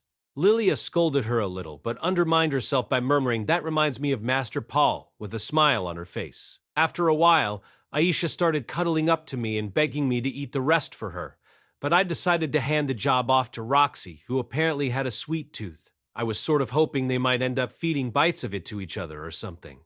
Unfortunately, Roxy took her assignment somewhat more seriously. I think she might have misunderstood what I was looking for. Listen carefully, Aisha. You're a very fortunate girl, so it might be hard for you to understand this. But sometimes, when you're truly desperate, you might need to eat anything you can, even a poisonous scorpion. Eck. Right. My poor sister found herself on the receiving end of a lecture. I seem to remember getting a similar talk from Ghislaine at some point, actually. Maybe this was just something adventurers felt strongly about. I'd put up with some lousy food myself in my journey across the demon continent, of course, but I was fairly sure I'd never resorted to eating poisonous monsters. Maybe I was fortunate, too. This cake, on the other hand, is sweet and delicious. It would be wrong to leave it unfinished. Eat it, please. Okay. Roxy's tone hadn't been too harsh, but her arguments were intense enough that Aisha actually looked a little freaked out for once. True to her word, she started eating her cake in solemn silence. It felt like the first time I'd ever seen her just do what she was told. Well, no, that wasn't fair. She did listen to me for the most part. Anyway, now that I thought about it, getting past the picky eater thing probably was important. Maybe I was the one who'd mishandled the situation. Good thing I had someone around to set things straight. Well done, teacher. That said, you don't have to force yourself to finish if you're so full you can't take another bite. I'll eat the rest if necessary. Incidentally, Roxy had already finished all of her cake. Well done, teacher. I'm so full I can't take another bite? Aisha's reply had come quickly, too quickly. Were you even listening to me? Eat your cake. Maybe this is a good thing Sophie and I didn't scold Aisha very often, and I felt like Lilia was taking it easy on her because of that. Aisha was a very clever girl, but she was only 11 years old. She probably needed someone to lecture her from time to time. In any case, Roxy seemed to be getting friendlier with my sisters. The two of them weren't fighting with each other anymore either, and we'd just seen proof that Zenith's condition was improving. I felt like our family had grown closer in general. The celebration was a success, in other words. And I'd enjoyed every minute of it. I made a mental note to throw an even more elaborate party when the girls turned 15. Legends of the University number 9, The Boss is Merciful to Fish. Chapter 10, Workplace Drama. The temperature was dropping steadily week by week, and I started to see the occasional flurry of snow outside the window. It would soon be winter in the kingdom of Ranoa.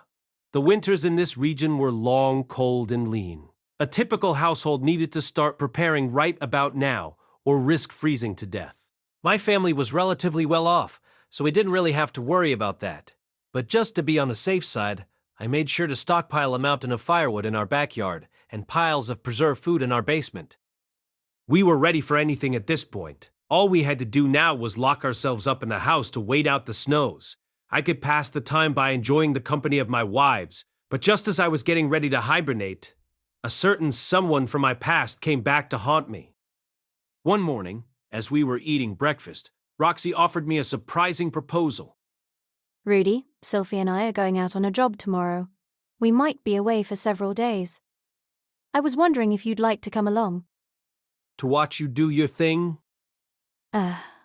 No. We'd all be working the job. There might be a bonus in it for us if we perform well.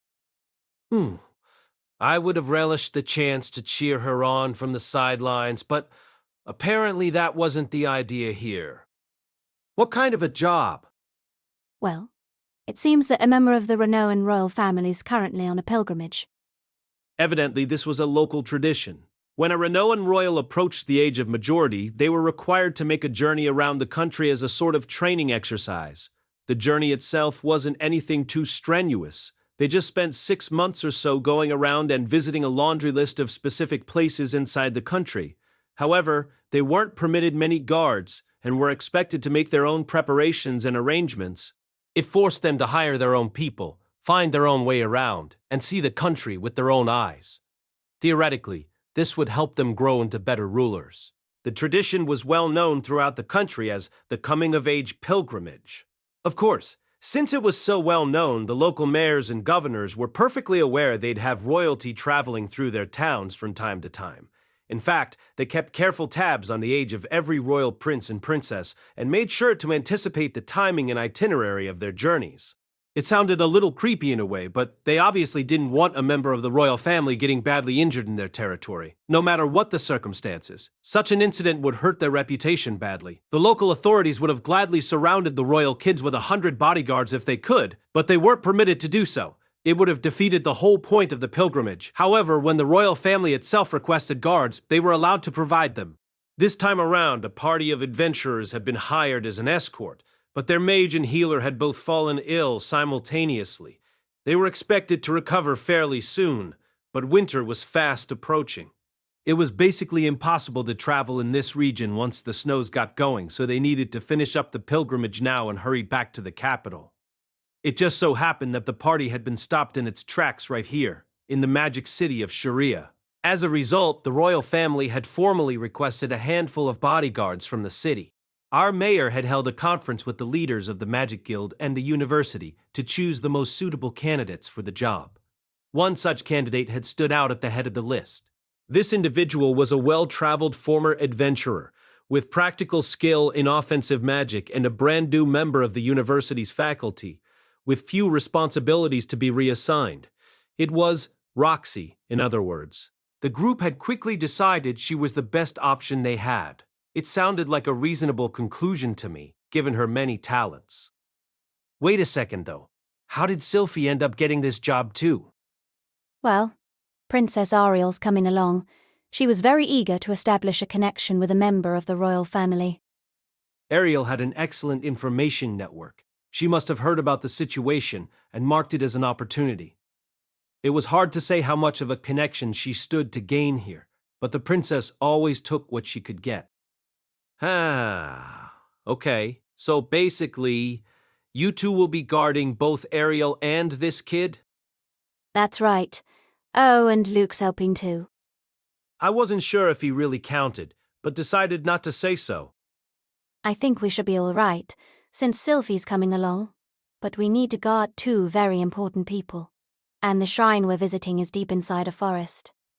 Also, I've been known to make some silly mistakes at the worst times. I suppose I'm a little anxious. I think you're really underestimating yourself, Roxy.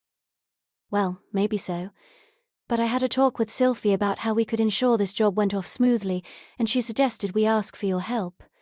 You're the single most powerful mage in this city at the moment, after all. Putting aside the question of whether I deserved that title, I could understand why Roxy was nervous. They needed to protect both Princess Ariel and this member of the Renoan royal family, and their core party was fairly small. 1 Renoan knight, Sylphie, Luke, and Roxy. There was also the band of adventurers, of course. But they were down 2 people, and it was hard to know if they'd be much use at all.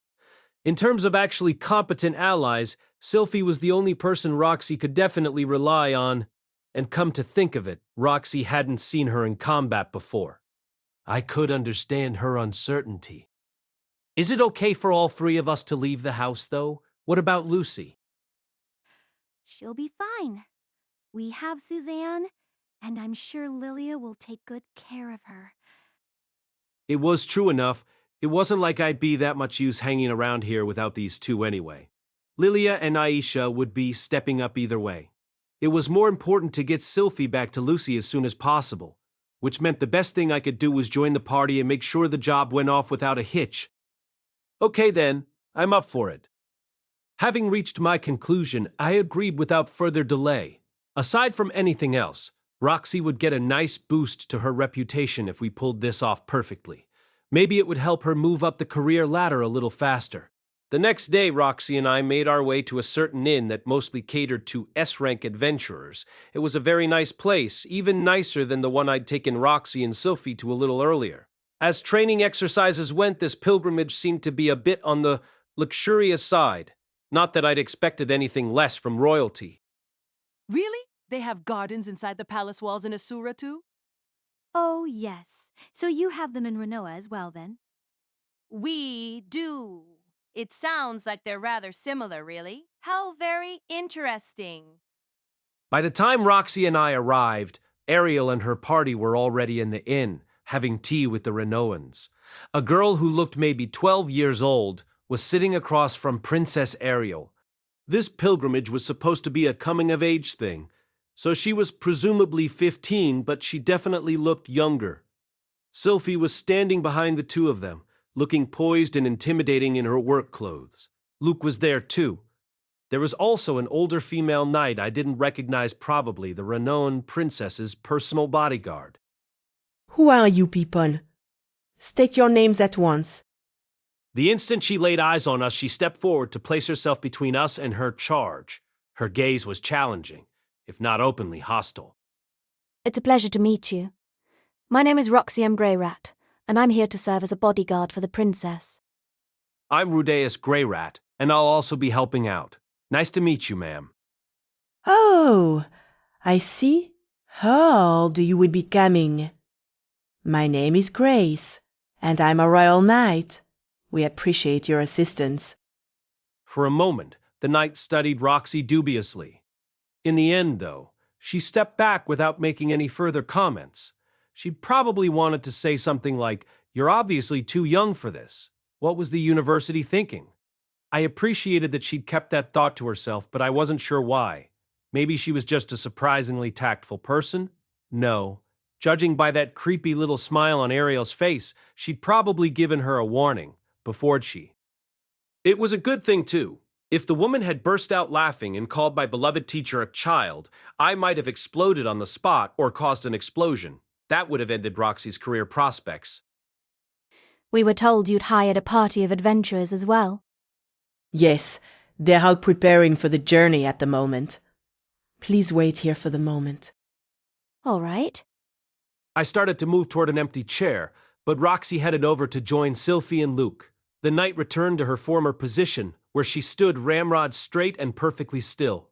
It seemed like the princesses were the only ones permitted to take a seat at the moment. I'd have to stay on my feet as well. By the way, Princess Ariel, how long have you been staying in our kingdom? Well, let me see. Not counting my journey, it's been a little less than 6 years. This country is essentially a second home to me by now. Oh, doesn't that mean you'll be graduating next year then? What a shame. I only just got to know you, and you'll be leaving so soon. I suppose so, yes. But as long as our countries stay in contact, I'm sure we'll meet again. On another note, this Renoan princess was certainly a cutie. I did remember hearing that the royal family of this country was full of beautiful people. Apparently, it was true. She was almost a match for Ariel, not quite, but almost. Ariel sure worked fast, though. It seemed like they were already buddies somehow. For a while, I waited idly, letting the princess's conversation wash over me without really listening. How many times do I have to repeat myself, damn it? The sound of voices at the entrance snapped me abruptly back to reality. Look, just deal with it. Are you serious? Did you forget what happened last time? Those morons screwed up so badly they nearly got Tina and Melanie killed. I'm not okay with this. What do you want me to do? Where? That's not good enough. Are you really okay with this? Do you really trust some random stranger to watch your back out there? It's not like I want to, okay? The new arrivals stomped into the room, arguing loudly with each other. There were 4 of them, and they were all women. The one at the front of the group was a big, muscular lady. She reminded me of Ghislaine, but she was even more solidly built. Her body looked like it was chiseled out of rock. The second was a leaner woman who wore her dark brown hair in a swept-back style, exposing a cross-shaped scar on her forehead. She seemed agile and alert, and her sunken eyes suggested she'd seen her share of battles. They were both maybe 30 years old, and they both wore swords at their hips. It felt safe to say they were the party's frontline fighters. Appearances can sometimes be deceiving, but they sure looked like a pair of wily, skillful veterans. That made sense, given that they'd been chosen to guard a princess. Incidentally, neither of them were taking part in the ongoing argument. That was coming from the two who followed them in. I know! Right! I'd rather do this by myself than with people I can't even trust. The angry one was a younger woman with a sullen look on her face. She was more of a girl. Really, maybe 15 years old. Compared to the first two, she looked like a fledgling.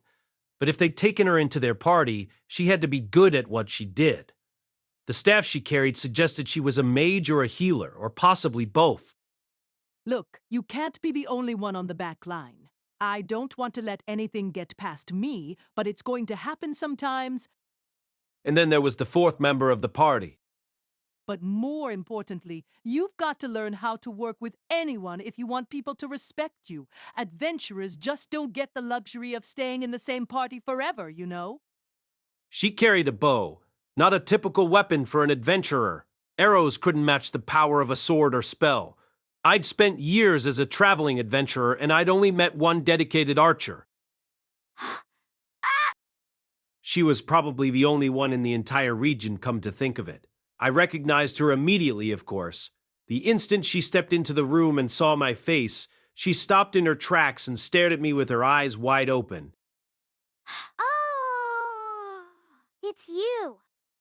She muttered the words softly, to herself more than me.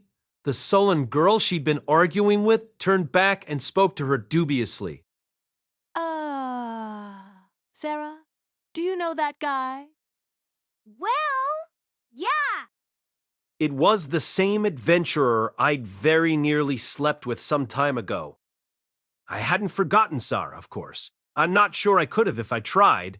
When I met her not long after Eris dumped me, she was the youngest member of the party counter Arrow. She was a strong-willed, combative girl with a sharp tongue, but a good head on her shoulders. Suzanne, the leader of her party, took a liking to me and started inviting me along on some of their jobs. Among other things, we'd fought a horde of monsters together and later ventured into an ancient underground fortress together, Snowdrake Scales. It took some time, but Sarah ended up falling for me.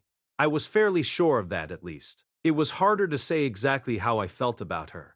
Things escalated before I could really figure that out, and then my performance issues got in the way.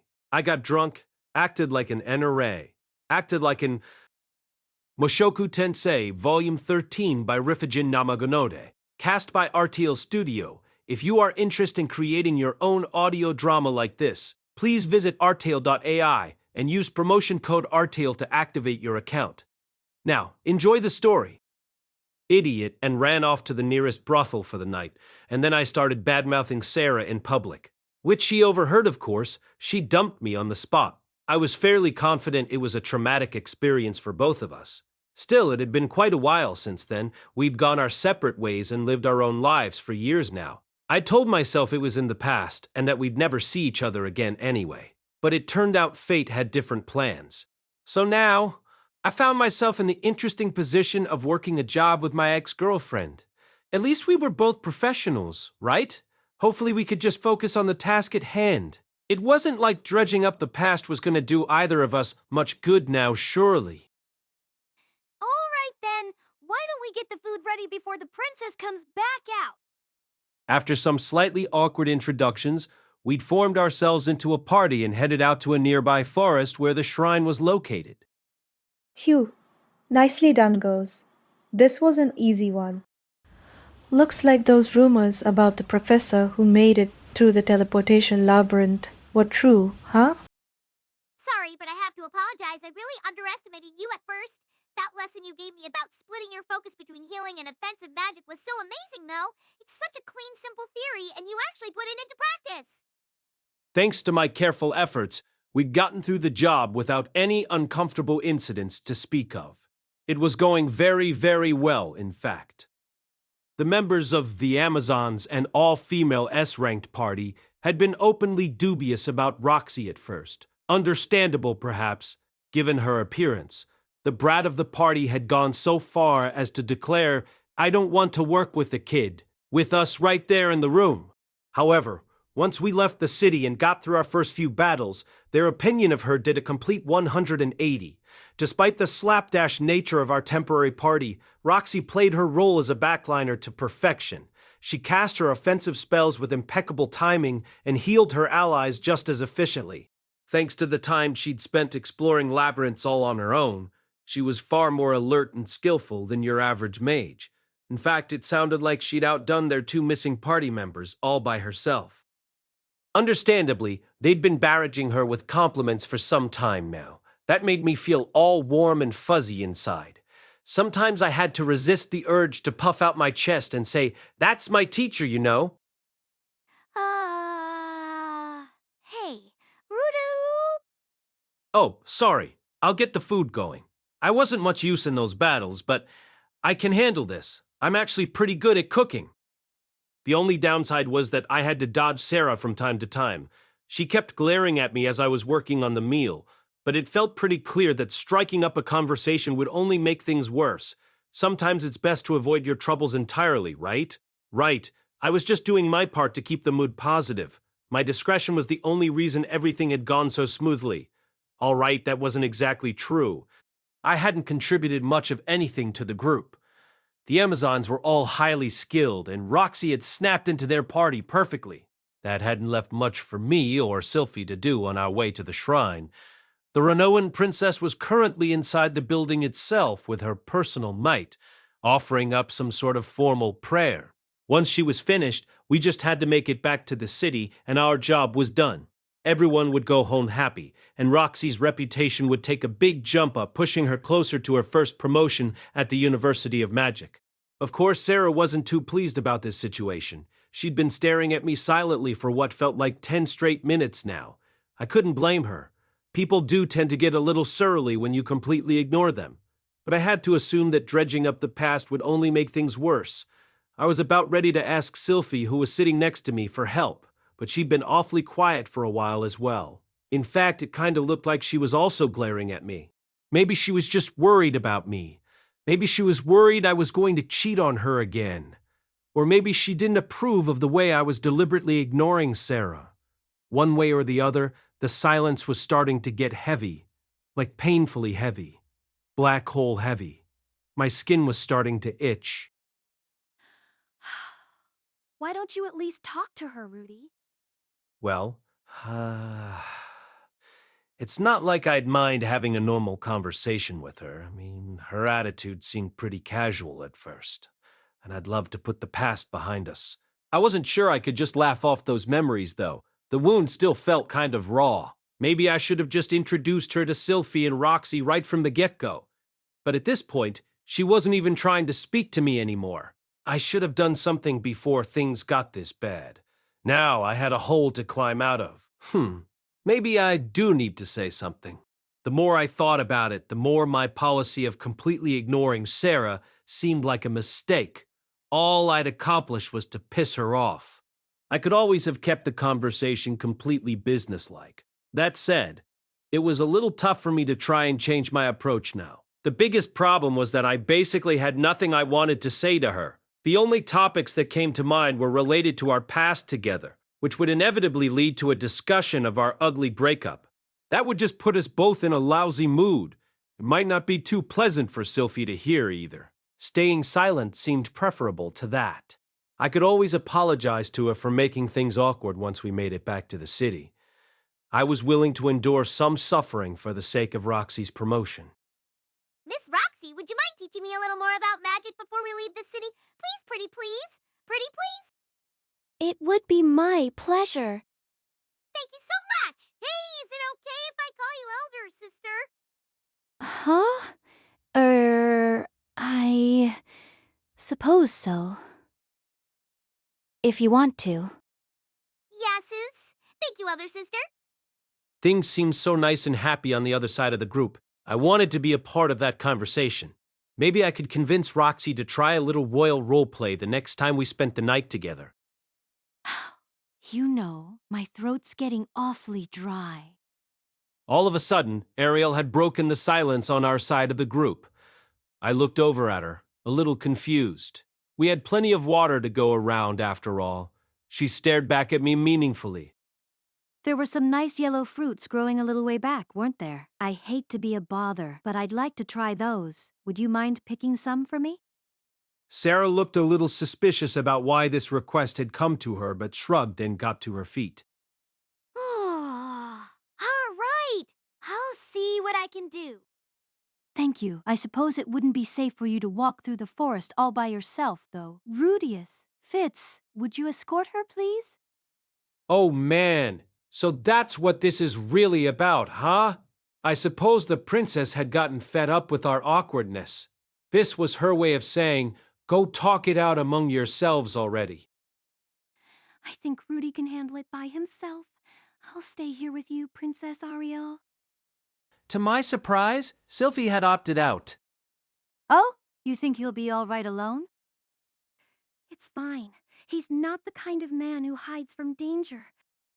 Was that what I was doing? Hiding? Yeah, it was true. I had been hiding both from Sarah and from our past together. But there was no need to keep doing so. I had Sylphie and Roxy in my life now. My performance issues were a thing of the past. I had a family now, a daughter, even.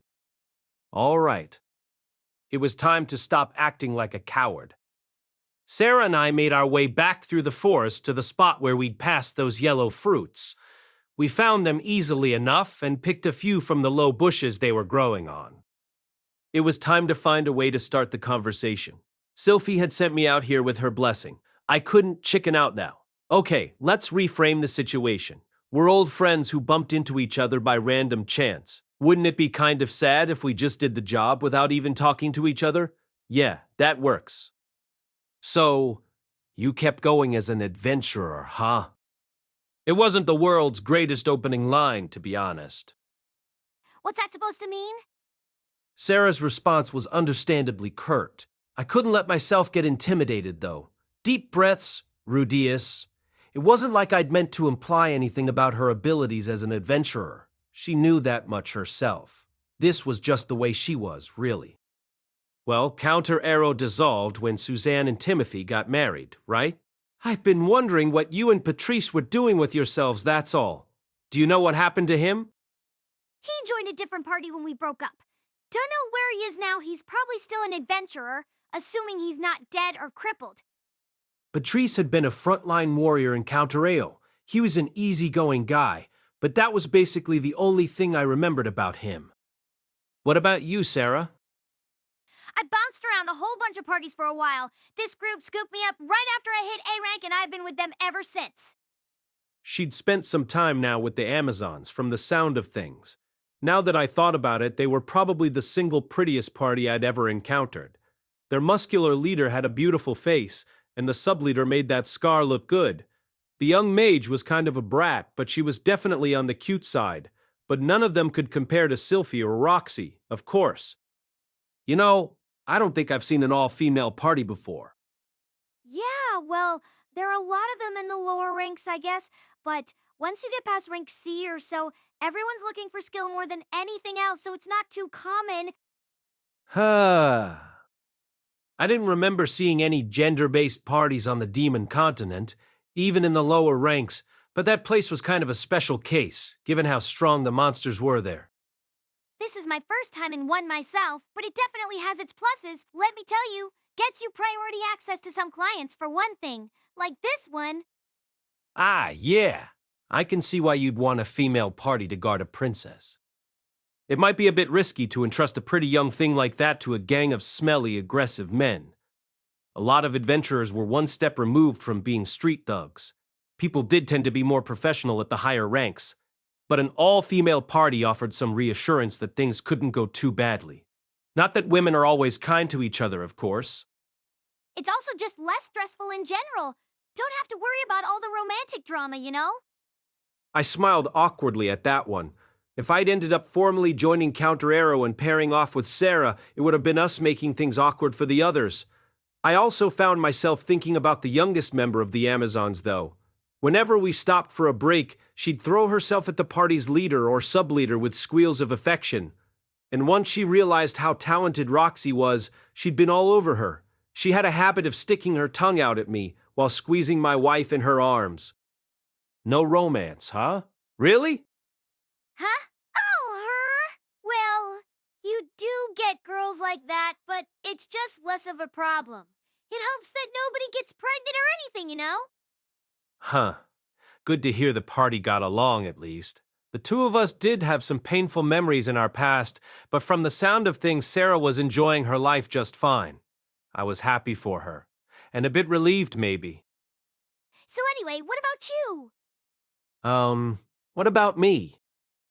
I heard you're married with a kid now, right? Sounds like you're enjoying yourself. Oh, who told you that? Suzanne. She sent me a letter a little while back, you know? Sarah's tone was starting to sound a bit accusatory. The whole reason that we'd broken up was my total inability to perform in bed with her.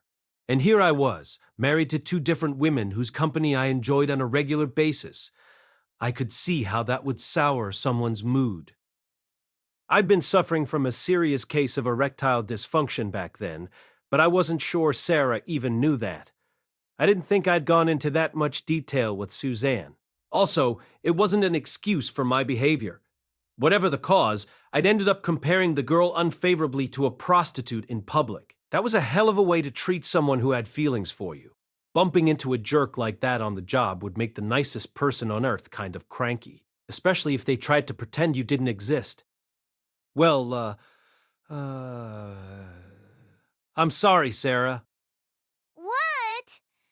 I'm not asking you to apologize. With those words, Sarah jumped to her feet. Her face was flushed. Her lips were pursed and trembling. Crap, now I pissed her off. Maybe this was a bad idea after all. Okay, stop. Too late for that now. What am I supposed to do? Before I could find anything to say, Sarah spun around and sat back down with her back turned to me. I got up slowly, trying not to provoke her, and stepped forward so I could see her face. She was staring down at the ground with a sullen expression.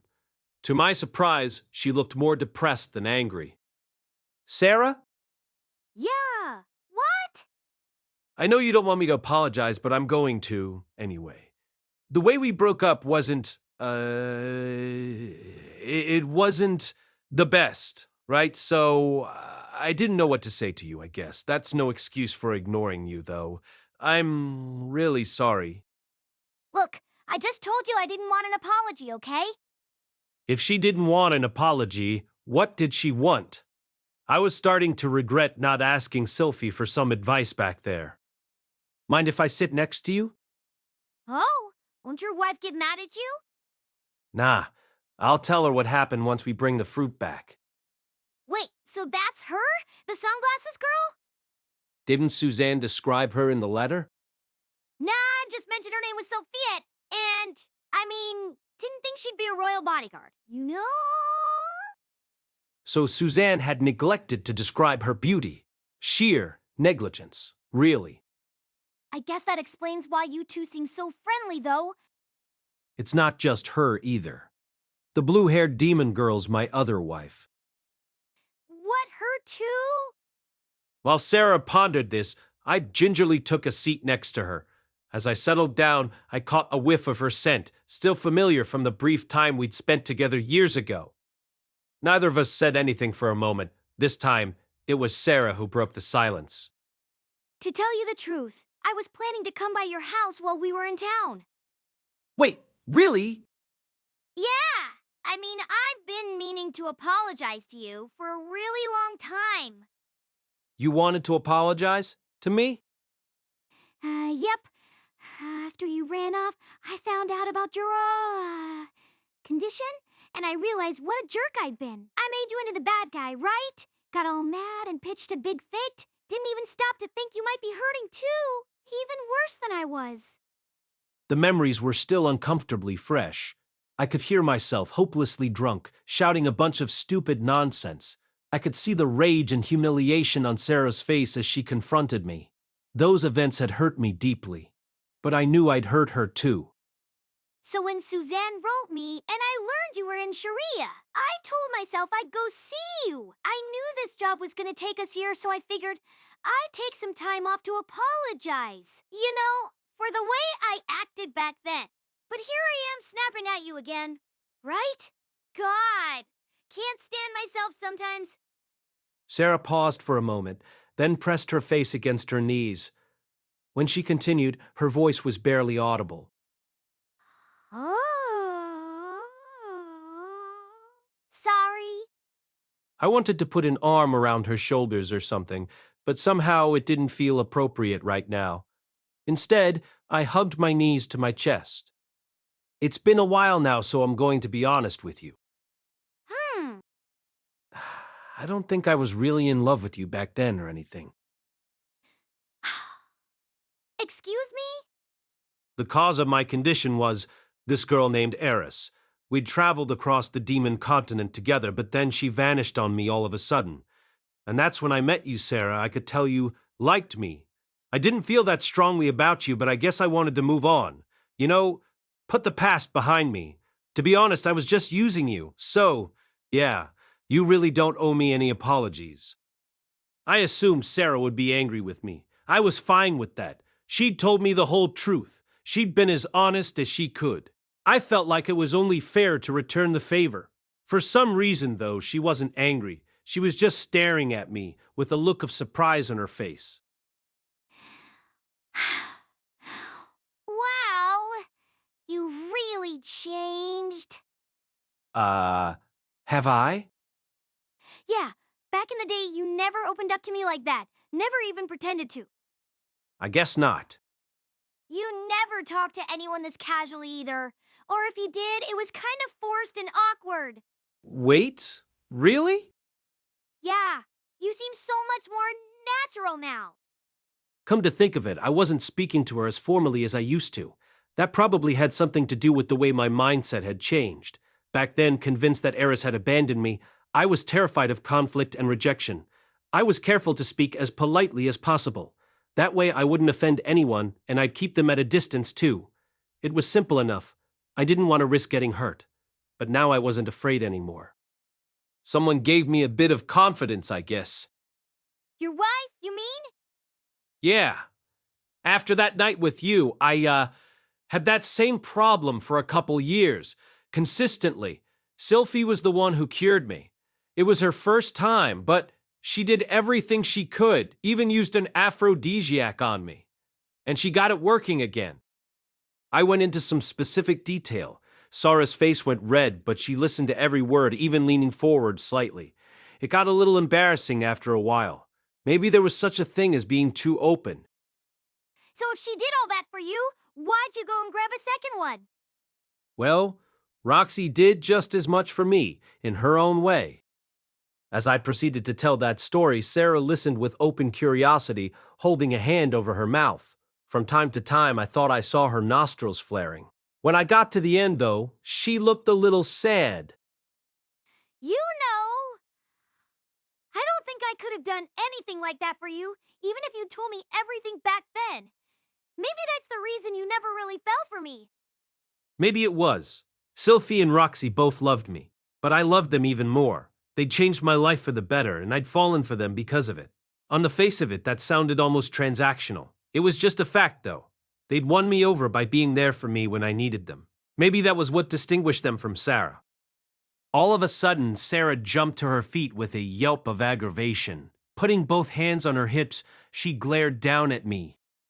Look, let's get one thing straight right now. I might have loved you back then, but that ended the day you ran off. I mean, I did want to apologize for being such a jerk to you, but that's all. I'm not remotely interested in giving it another shot after all this time. Having spit all that out with some real vigor, she snorted and turned her head to one side before continuing. And on that note, stop looking at me all apologetically. We're just old adventuring buddies, right? Try acting like it. There was a hint of embarrassment on her face, but at the same time she looked relieved. It had taken quite a while, but we'd finally gotten some closure. It was a little bittersweet, but I found myself smiling anyway. After our talk, I managed to interact normally with Sarah. My approach was a mixture of my Linea and Persina mode, with my Nanahoshi mode, with the overall intensity dialed down a bit. It seemed just about right. Sarah's performance also improved noticeably. She supported the party with remarkable skill, firing off arrows exactly where they were needed most. In general, her role was to stand slightly back from the action and calmly direct the flow of battle. It reminded me of the way Suzanne used to shout out friendly orders to the members of Counter Arrow. Sarah had a different style, but she always kept their young mage on target and in the right position. It was quite a contrast with the impulsive but talented kid I remembered from the old days. Maybe having someone younger to look after had helped her grow more mature? Whatever the case, she was the very picture of a veteran adventurer by now. In the end, the princess's pilgrimage went off without a hitch. We had to fight off groups of monsters several times along the way, but none of them gave us any trouble. We made it back to Sharia without any injuries to speak of. Just like that, our job was complete. The renowned princess and her guards stayed overnight at their inn in Sharia, picked up the two recuperating adventurers, and then departed for the capital in the morning. They needed to make it back before the snows started to fall in earnest, so they couldn't afford to waste any time. The rest of us went out to the city wall to see them off. I don't want to go! I still have so much to learn about magic from my dear Miss Roxy. Control yourself, kid. Oh, I know! Why don't you just join our party, Miss Roxy? Don't worry, I'm sure everyone would be thrilled to have you. It's very kind of you to offer, but I'm happy with my job here. And I'm a married woman. That's no big deal. If you wander off for a while, he'll treat you like a goddess when you show up again. That's enough, Alisa. Put a sock in it. Oh, okay. Before they left, the Amazons made a half-serious effort to recruit Roxy, but she gently declined. It was a good thing, too. If she'd showed any interest at all, I would have launched straight into my patented clinging and blubbering defense. Dignity was a secondary concern here. I needed my Roxy right where she was. Hi, Rudeus, guess this is goodbye. Sarah was leaving too, of course. At first, I'd been horrified to see her here, but by now I was glad she'd come. I thought that talk had done both of us some good. Yeah, stay safe out there. You take care of yourself, too. Don't make your wives cry, all right? Well, I'll do my best. It seems like they get along okay, but don't you ever start comparing them out loud. If you put one of them down to compliment the other, they'll remember it forever. Oh, yeah, okay. I'll make a mental note of that. You better. See you around! With that, Sarah punched me lightly in the chest and walked off. Pretty casual as farewells go. Sylphie, Roxy, and I stood just outside the city walls for a while, watching, as the party made it way down the road. Just as they disappeared from view, Sylphie finally spoke up. Rudy, are you sure you want to... What do you mean? I mean, you used to be in love with her, right? Oh my. It seems there's been a slight misunderstanding here, Miss Sylphiette. Nah, we weren't in love. We were a little awkward and confused together, that's all. Okay. Looking somewhat less than convinced, Sylphie leaned over to study my face. Tell me something, Rudy. What is your type anyway? Roxy's ears perked up at this, and she drew in close as well. It seemed they were both rather interested in the question. Would they be happy if I just said girls with small breasts? I felt like that might backfire badly. Good question. I used to have all these details worked out, like a girl this tall with that haircut and this body. I don't think I had it right, though. I paused for a moment to study Sylphie, then Roxy. It took a moment, but then an answer popped into my head. It seems like girls who help me out when I'm in trouble get a special place in my heart. That put a big, goofy smile on Sylphie's face.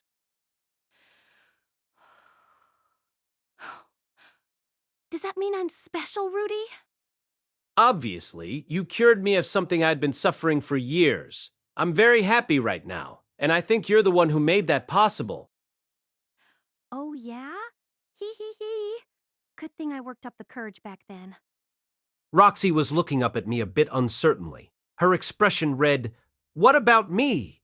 I wrapped my arm around her shoulder and pulled her in for a hug. Of course you're special too, Roxy. She'd pulled me out of that house that I was hiding in, and she'd pieced me back together when Paul's death left me broken. I owed everything to her. Anyway, I guess that means there aren't many special girls out there for me. No need to get too anxious, Sylphie. I won't be picking up any more wives, I promise. At this, Sylphie reached out to take my hand. Okay, but I'm just gonna repeat myself for a second, Rudy. As long as they're special to you and you're special to them, I'm all right with it. I guess Sarah wasn't quite in that category, though. All of a sudden, I found myself remembering a red-headed girl who had been special to me once. I remembered her smile, how we'd struggled our way home from a far-off land, how she'd wept when I nearly died, and I remembered that last night we'd spent together. Eris had abandoned me, or so I'd thought for years, but a man who I'd traveled with and who I trusted deeply was convinced I was mistaken. What if he was right? What would happen then? Sylphie? Yes? I'm not entirely sure about this, but I might end up breaking that promise again. That's all right. I didn't accept it in the first place, remember? Just make sure you bring her to meet me first. I'm not gonna tie you down, but I'm not about to let you marry some girl who doesn't even love you either. Got it. That is a promise, okay? No mistresses or secret children. Don't hide things from me, unless you want to make me mad. Right. Okay, then. I'll be very interested to see what number 3 is like, assuming you manage to catch her.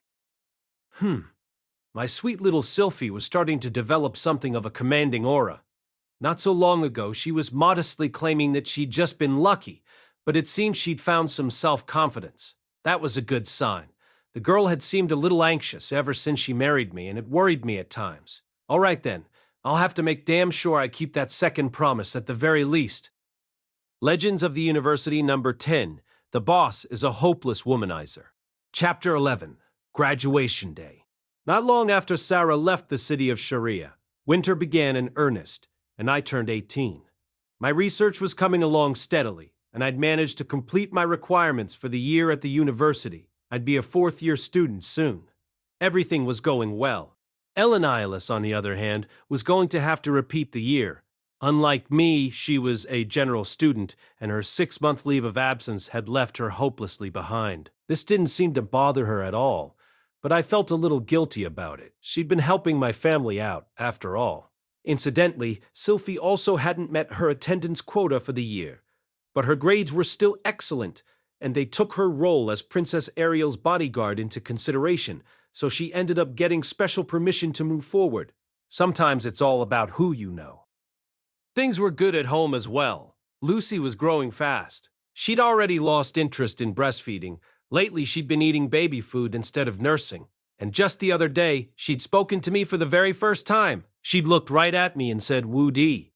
Apparently, I was Rudy to her, not Dada or Papa or Mr. Bubbles. But nobody in the house called me any of those things, so I couldn't blame her. She was calling Sylphie Mama, but that was because Sylphie had deliberately taught the word to her. Perhaps I could do the same and change my name to Papa. Nah, there's no need to rush things. She was still a baby. Once she got a little bigger, I'd teach her to call me Father Dearest. Anyway, wasn't it a little crazy that she was talking already? Maybe we had a little genius on our hands. I know. It's perfectly normal. Some kids start early, some take a little longer. Sylphie and Lilia had been speaking to her constantly, too. That probably had something to do with it. But look, when you see your kids start to talk, it just feels amazing, okay? There were some downsides, of course. Once she got even bigger, she might start saying stuff like, "Don't wash my underwear with Dad's." As our daughter was no longer nursing, Sylphie's breasts had stopped producing milk. That was a real downer. I'd lost my chance to enjoy that sweet, exciting treat. They'd also returned to their normal, smaller size. I liked them just fine that way, of course, but it felt a little like that moment when the timer runs out on the bonus stage. On a different note, we'd also ended our contract with Suzanne since we didn't need a wet nurse anymore. Still, I was going to try to stay in touch with her. She'd taken good care of my baby, and she'd helped me out back in the day. I wanted to repay her kindness if I could. Maybe I could look out for her kids if they enrolled at the university. It did seem likely that I'd graduate before that happened, but I could always ask Norn to keep an eye on them for me. Norn and Aisha were in good spirits lately as well, They were always checking in on Lucy and cooing about how cute she was. The kid probably felt more like a little sister to them than anything else. At one point, I overheard them talking by the stairs. From the sound of things, they decided not to fight in front of Lucy. They seemed to have several other little plans worked out as well. They probably wanted her to look up to them. Lately, I hadn't seen them squabbling the way they used to. I guess some kids try to act more grown up when they've got someone younger than them in the house. It was a nice and unexpected side effect of Lucy's arrival. Roxy's first year as a faculty member seemed to be going smoothly too. I'd noticed a few general students looking at her in awe recently. Perhaps they were starting to understand her greatness, at least partially. My intention was to forcibly re-educate anyone who dared to mock her, but it sounded like the kids in her classes were listening respectfully. Hopefully it would stay that way. Zenith's routine was the same as always. When Norn was around, they'd eat meals together, and when Aisha was in the garden, they'd pull weeds together. Sometimes she'd squeeze Lucy's fingers gently and smile at her. That was the one big change after Norn and Aisha's birthday party. Zenith had started smiling on a regular basis. Her smiles were small and subtle, but everyone recognized them for what they were. She still wasn't speaking, and her facial expressions remained very limited. But I wanted to believe she was making progress toward a recovery. Today was graduation day. The university held its entrance ceremonies out on the campus, but the graduation ones were held inside. They installed a big stage in some massive auditorium I'd never set foot in before, where the seventh-year students would receive their diplomas one by one. In total, there were only about 500 people graduating today. The university had over 10,000 students, so that number seemed oddly low. This class had probably started about 2,000 strong. Most of them must have dropped out over the years. It was easy to enroll at this school, but it wasn't so simple to graduate. In particular, advanced tier spells and combined magic were challenging to master. For those with smaller mana capacities, they could even be impossible. There were also plenty of people who had some talent but decided that mastering the beginner tier spells was good enough for them. And then there were those who dropped out for various personal or financial reasons. Those of us in the special class had it easy, comparatively speaking. While most of the stage was occupied with rows of graduating students, the entire faculty was lined up on the other side of it. There had to be 200 or 300 of them in total. I hadn't realized just how many professors this place employed. That did explain why they had a whole separate building for the faculty offices, though. It was easy to spot Roxy in the crowd. She was the single shortest faculty member. Even at a distance, I could see that her eyes were shining with excitement. Incidentally, the general student body had today off. Kids in the other years weren't obligated to show up for this event or the entrance ceremony for the freshmen. In fact, they needed special permission to attend. Participating in these was supposed to be an honor that you had to earn. I was sitting on the edge of the student council's reserved seating area. All of the council's members were here: Ariel, Luke, the 2 royal attendants, and 4 other people whose faces I recognized. And Sylphie too, of course. It was always nice seeing her in her poised professional mode. Not too long ago, she'd been indistinguishable from a boy in this outfit. But her hair was down to her shoulders now, and her body had grown subtly more feminine after her pregnancy. Somehow, she managed to be cute and cool at the same time. I had to fight the urge to brag to strangers about her being my wife. On another note, though, for some reason, Norn was sitting in the last seat in the student council section. Was she a member now or something? I hadn't heard anything about that. She hadn't been working for them this year, but maybe she was joining up at the start of the new term. I didn't want to pry or anything, but hopefully she would tell me what the deal was before the year got underway. Representatives of the graduating class, Linnea Dedodia and Pusina Adodia, step forward to receive your diplomas and your credentials as D-rank members of the Magic Guild. Linnea and Prisena had been chosen as the representatives of their year. They'd run wild for a while, true, but they'd ended up achieving an impressive academic record here. Of course, they were also princesses of the Doldia tribe rulers of the Beast Folk, and it seemed like the university preferred to bestow this honor on students of noble birth. When they had a commoner and a noble with comparable records, they'd pick the noble as the representative. It was a way to curry favor with powerful people without causing any real problems. I assumed things would go differently if a commoner were the best student of the year by far, but it was hard to say. Roxy had been an excellent student in her day, and they hadn't given her this I had no way of knowing just how skilled she was back then, but it sounded like she was already capable of using Saint-tier magic, and they still handed the role to someone else. The University of Magic made a big deal about accepting anyone who wanted to enroll there, regardless of their background. But the people running it were only human, and they clearly had their biases. Thank you, sir. Thank you, sir. Congratulations. May you walk the path of magic all your days. Linnea and Persenna received their diplomas with poise and dignity. It was really something seeing them stride up onto that stage. They declared their intention to find boyfriends during the mating season, but when their many suitors had surged forward, they beat them down and tossed them aside, one by one. In the end, they'd stood together on top of a mountain of bodies, muttering, "What the heck? We got too strong." And what a downer. Those memories flash back through my mind now. In those glorious moments, they were royalty, two queens of the jungle, invincible and untouchable. I also had some memories of them heading to a tavern afterward and shouting, "Mr. Rowe, I'm done with men forever." And me too! Guys are fucking losers, in a drunken stupor. But I'd do my best to forget those. After the graduation ceremony concluded, I stopped by Nanahoshi's laboratory, where I found her wrapped up in something like a thick bathrobe, coughing and wheezing constantly. Did you catch another cold, Nanahoshi? Cough, cough, I guess so. For the last year or so, the girl had been getting sick on a regular basis. It usually involved a hacking cough or sudden fever. I did clear them up for her with detoxification spells whenever it happened, but they always came right back before too long. Have you considered taking slightly better care of yourself? Getting out a little? In general, Nanahoshi almost never left her rooms. She'd emerge when something major happened, but other than that, she spent the entire year holed up in this place, only popping out for lunch. For breakfast and dinner, she relied on her stockpiles of preserved food. The vast majority of her time was spent alone in these rooms where the sunlight couldn't reach her. It was no surprise that her immune system wasn't doing too well. I understood she had her priorities, and I felt like she needed to start taking her health more seriously.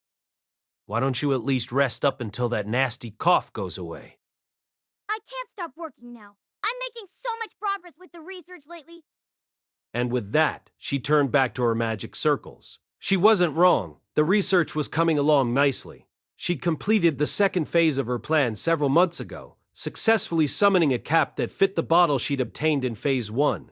At the present, we were on Phase 3, summoning a living thing, like a plant or animal. That was a big and exciting step forward. We weren't far from bringing vegetables from our old world into this one, and we were getting closer every day. We're going to keep working on the Stage 3 experiments today. Shouldn't we wait until Cliff and Zanoba are available? I suppose. Why don't you go fuck? Unfortunately, they're not on campus today. What? They're both off? That's unusual. Do you know why? Today's graduation day. No one has any classes. Graduation day. Is it that time of year already? Nanahoshi grimaced as she spoke the words. For her, they only signified the passing of another year she'd spent trapped in this world. Yeah, Linnea and Persenna got their diplomas and everything. It sounds like they're heading back home, so I was thinking we could throw a farewell party soon. You'll be there, right? I suppose yes. I don't know if Linnea and Persenna qualified as friends to Nanahoshi, but it was nice to know she was willing to come say goodbye. The girl was still a shut-in by nature, but she'd grown slightly more social than she used to be. I guess they'll be princesses again once they get back home. Weird, right? They certainly don't look the part. Can't disagree with that. I was a bit worried about the future of the Doldia tribe, to be perfectly honest. Hopefully they had enough competent people to keep things running if they ended up with a moron for a leader. Just as I was pondering this, though, there was a knock at the door. Come in. Pardon me? Coming in. Our new visitors were a spunky cat and a sleepy-eyed dog. The very ones we'd just been talking about, as it happened. Linnea and Prasenna strode into the room, still wearing their school uniforms. We've been looking all over for you, boss. Yeah, got some time? Something seemed a little different about them, but it was hard to put my finger on it. Was it the way Linnea seemed a little bit on edge? Or maybe the fact that Prasenna didn't have a hunk of meat in her mouth? I thought I sensed something like hostility in the air. It reminded me of the day we'd first met. Normally, they would be saying something like, "Me whoa! The boss is hanging out in a single woman's room again. Maybe I'll tell Fitz or Roxy. Right about now." But this time they were all business. Was it time for another duel then? Did they want to settle the score before they left town? Please, boss. Read this, man. They weren't saying much, but I could feel the weight behind their words. Their eyes were shining with determination. Maybe they didn't want to head back home as losers. They had their pride, after all. Well, all right then. I don't like fighting, but I'll make an exception for you two. It wouldn't feel right to turn tail now. Okay then. Sorry, Nanoshi. Sounds like I'm needed elsewhere. Excuse me, what about our experiments? Nanohoshi looked none too pleased about this turn of events. But before she could object further, Linnea walked up and grabbed her by the arm. You come too. This is a special occasion. Yeah, we'll allow it. What? Hey, what's this all about? It seemed they wanted Nanahoshi to serve as a witness to our duel or something. Not the best choice considering she rarely talked to anyone, but these two weren't the kind to think stuff through that thoroughly. Then again, the name Silent Seven Star was relatively well known in the world at large. Her testimony would have some credibility at least. The four of us made our way to a spot midway between the dorms and Nanahoshi's building. There was a forest on one side of the road, and piles of snow everywhere. It was unlikely we'd be spotted from a distance. Let's do it here. Really takes me back, man. This was the very spot where Zenoba and I had ambushed and kidnapped the two of them several years ago. It was the place where I'd fought them for the first time, in other words. Felt like an appropriate choice of venue. Linnea and Prasenna were standing in front of me now. They were facing each other, about 10 paces apart. For some reason, they weren't looking in my direction. Huh?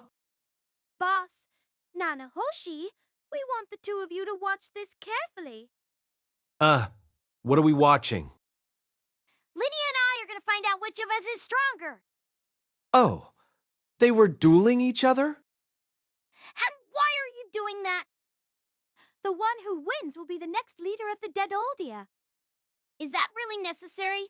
Don't your people have two tribes, the Dedoldia and the Adoldia? The place I'd stayed at back in the day belonged to the Dedoldia, but I thought I remembered hearing something about an Adolgia village as well.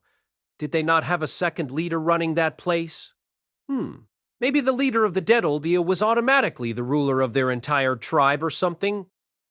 Mew? We were planning to go back together at first, boss. Kinda reconsidered. It's a big fucking world out there, right? And there's more Thai life than bossing people around. We've both got little sisters back home. One of us can just go back and teach them the stuff we learned here. Whichever of us is stronger gets to go back to be the boss. The other gets to live the way they want. Interesting plan. And by interesting, I meant ridiculous. They'd certainly changed their worldview, though. What happened to all that lust for power? We were gonna end up dueling anyway, if we both went back Mew. And if we fought in the Great Forest, the loser would end up with a fucking boring life. They'd make her marry the best warrior in the village or whatever. We're better off settling this here and now than going our separate ways. Yeah, no hard feelings either way, you know? Now it was starting to make more sense. They both wanted to be number one in the Great Forest, but if they fell short of that goal, they'd rather live somewhere else entirely. Maybe they could make it to the top there, if not back home. The plan had some holes in it, to say the least. I was dying to ask a few basic questions, such as, do you guys really get to make this decision yourselves? Without talking to your folks back home? At the end of the day, though, it wasn't my place to dissuade them. They'd clearly put a lot of thought into this, and I could understand their desire to control their own destinies. Okay, I get it. I won't interfere or anything. Have at it, girls. What? You're going to help them with their fight? Are you sure about this? It's fine. They're going to fight anyway, whether I'm watching or not. From what I could tell, Linnea and Prasanna were evenly matched. Unless they had someone to judge the outcome of the fight, there was a chance it might not produce a clear victor. Worse, they might overdo it and get themselves hurt. Our presence as spectators was a necessary precaution. Also, though, I wasn't going to make a big deal about it. This was a duel, not a fight. They weren't angry with each other, they were competing for supremacy. We appreciate it, Mew. Thanks, boss. Linnea and Prasanna offered a few words of gratitude before returning their focus to the task at hand. They took a few long, deep breaths and then glared fiercely at each other.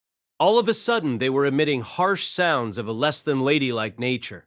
The air was thick with tension. It felt like the battle might begin at any moment. I activated my demon eye and noticed Nanahoshi slipping on one of the magic rings she used for self-defensive purposes. We were about to witness a deadly serious battle between two beast folk after all. There was no telling what might come flying our way. Prasanna, there's something I've meaning to tell you for a while. I'm sick of your crap, Mew. Oh, yeah? Well, I'm fucking sick of you. You used to toddle after me like my baby sister, and now you're acting like some kind of big shot. Mew, I was practically your babysitter. Don't you remember that time I covered for you when you wet the bed? What happened to Nettldia never forgets those who help them out, huh? I paid you back for that when I pulled you out of the river. How pathetic was that, anyway? So much for the Dedoldia tribe and their legendary swimming skills. Howd. That whole thing was your fault to begin with. You dropped that toy Grandpa gave you in the water like a moron. You're the one who made me drop it. Well, this was interesting. I'd never heard an argument so fiery, but so completely lacking in real malice. They were getting themselves worked up well enough, but I didn't hear the slightest hint of hatred in their words. You're a big dopey doofus, Prasanna. You're a smelly jug. You've got stubby legs. Whoa. Well, you're a fatty. I am not. In the end, Prasanna snapped first. That single word, fatty, had pushed her over the line. She leapt forward at Linnea, pulling back her fist to strike a mighty blow. Linnea reacted with all the agility of a panther, lashing out with her own fist, and they ended up hitting each other with a double-cross counter. The two of them staggered back, and then the duel began in earnest. Oh my! Prasanna charges fiercely forward, but Linnea sidesteps it cleanly. Prasanna's driving at her like a tank, but she wards her off. Linnea's keeping up the hit-and-run tactics, folks. Prasanna's hot on her tail. Prasanna has the edge in power, and her opponent's just a little faster. If it comes down to a slugging match, Linnea's got no chance, but power isn't the only thing that counts. You've got to catch her first, or your strength is useless. Look at that footwork. A beautiful jab. And another, and a straight. Wow, Prasanna just shrugs them off. Linnea can't get in close enough. She's one step too far out. Oh, what a brutal right straight from Prasanna. Lord have mercy. Linnea staggers back. She felt that one, ladies and gentlemen. And Prasanna won't let up. What now, Linnea? Do you run for it? No, she stands her ground. A left jab, and another. Oh, that's a sharp one. Prasanna's taking some hits here. Linnea's a tenacious boxer in her own right. She might not have Prasanna's power, but she's done running. Prasanna flinches back, and yet her eyes are glimmering. She's a bloodhound, folks, and she's got her prey on the ropes. Linnea lashes out with her right as Prasanna steps forward. Oh my God! Will you look at all that blood? Did Linnea just slash her with a knife? No, it was her claws. She extended her claws and scratched Prasanna as that punch landed. It's the deadly kitty punch, honed to perfection. And it's legal, folks. There are no holds barred in this brawl. Linnea punches and slashes. It's a barrage from both sides. She's got Prasanna grimacing now. This is a whole new kind of pain, and she wasn't expecting it. Good Lord! Linnea just tore a big rip in her uniform. We're in wardrobe malfunction territory here. We might have to cut to commercial, folks. Oh my, Prasanna's going for it anyway. She doesn't care. She's a boxer now, not a bashful teenager. Bam! She slams a right hook into Linea's body. You can see the agony on her face. Is this it? Is Prasenna going to finish it? If this is no holds barred, why aren't they?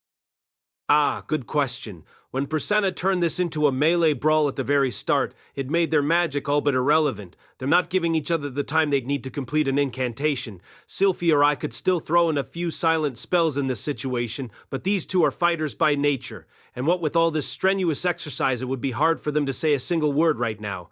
Can a marathon runner hope to recite a poem as they jog along the road? No, it would be...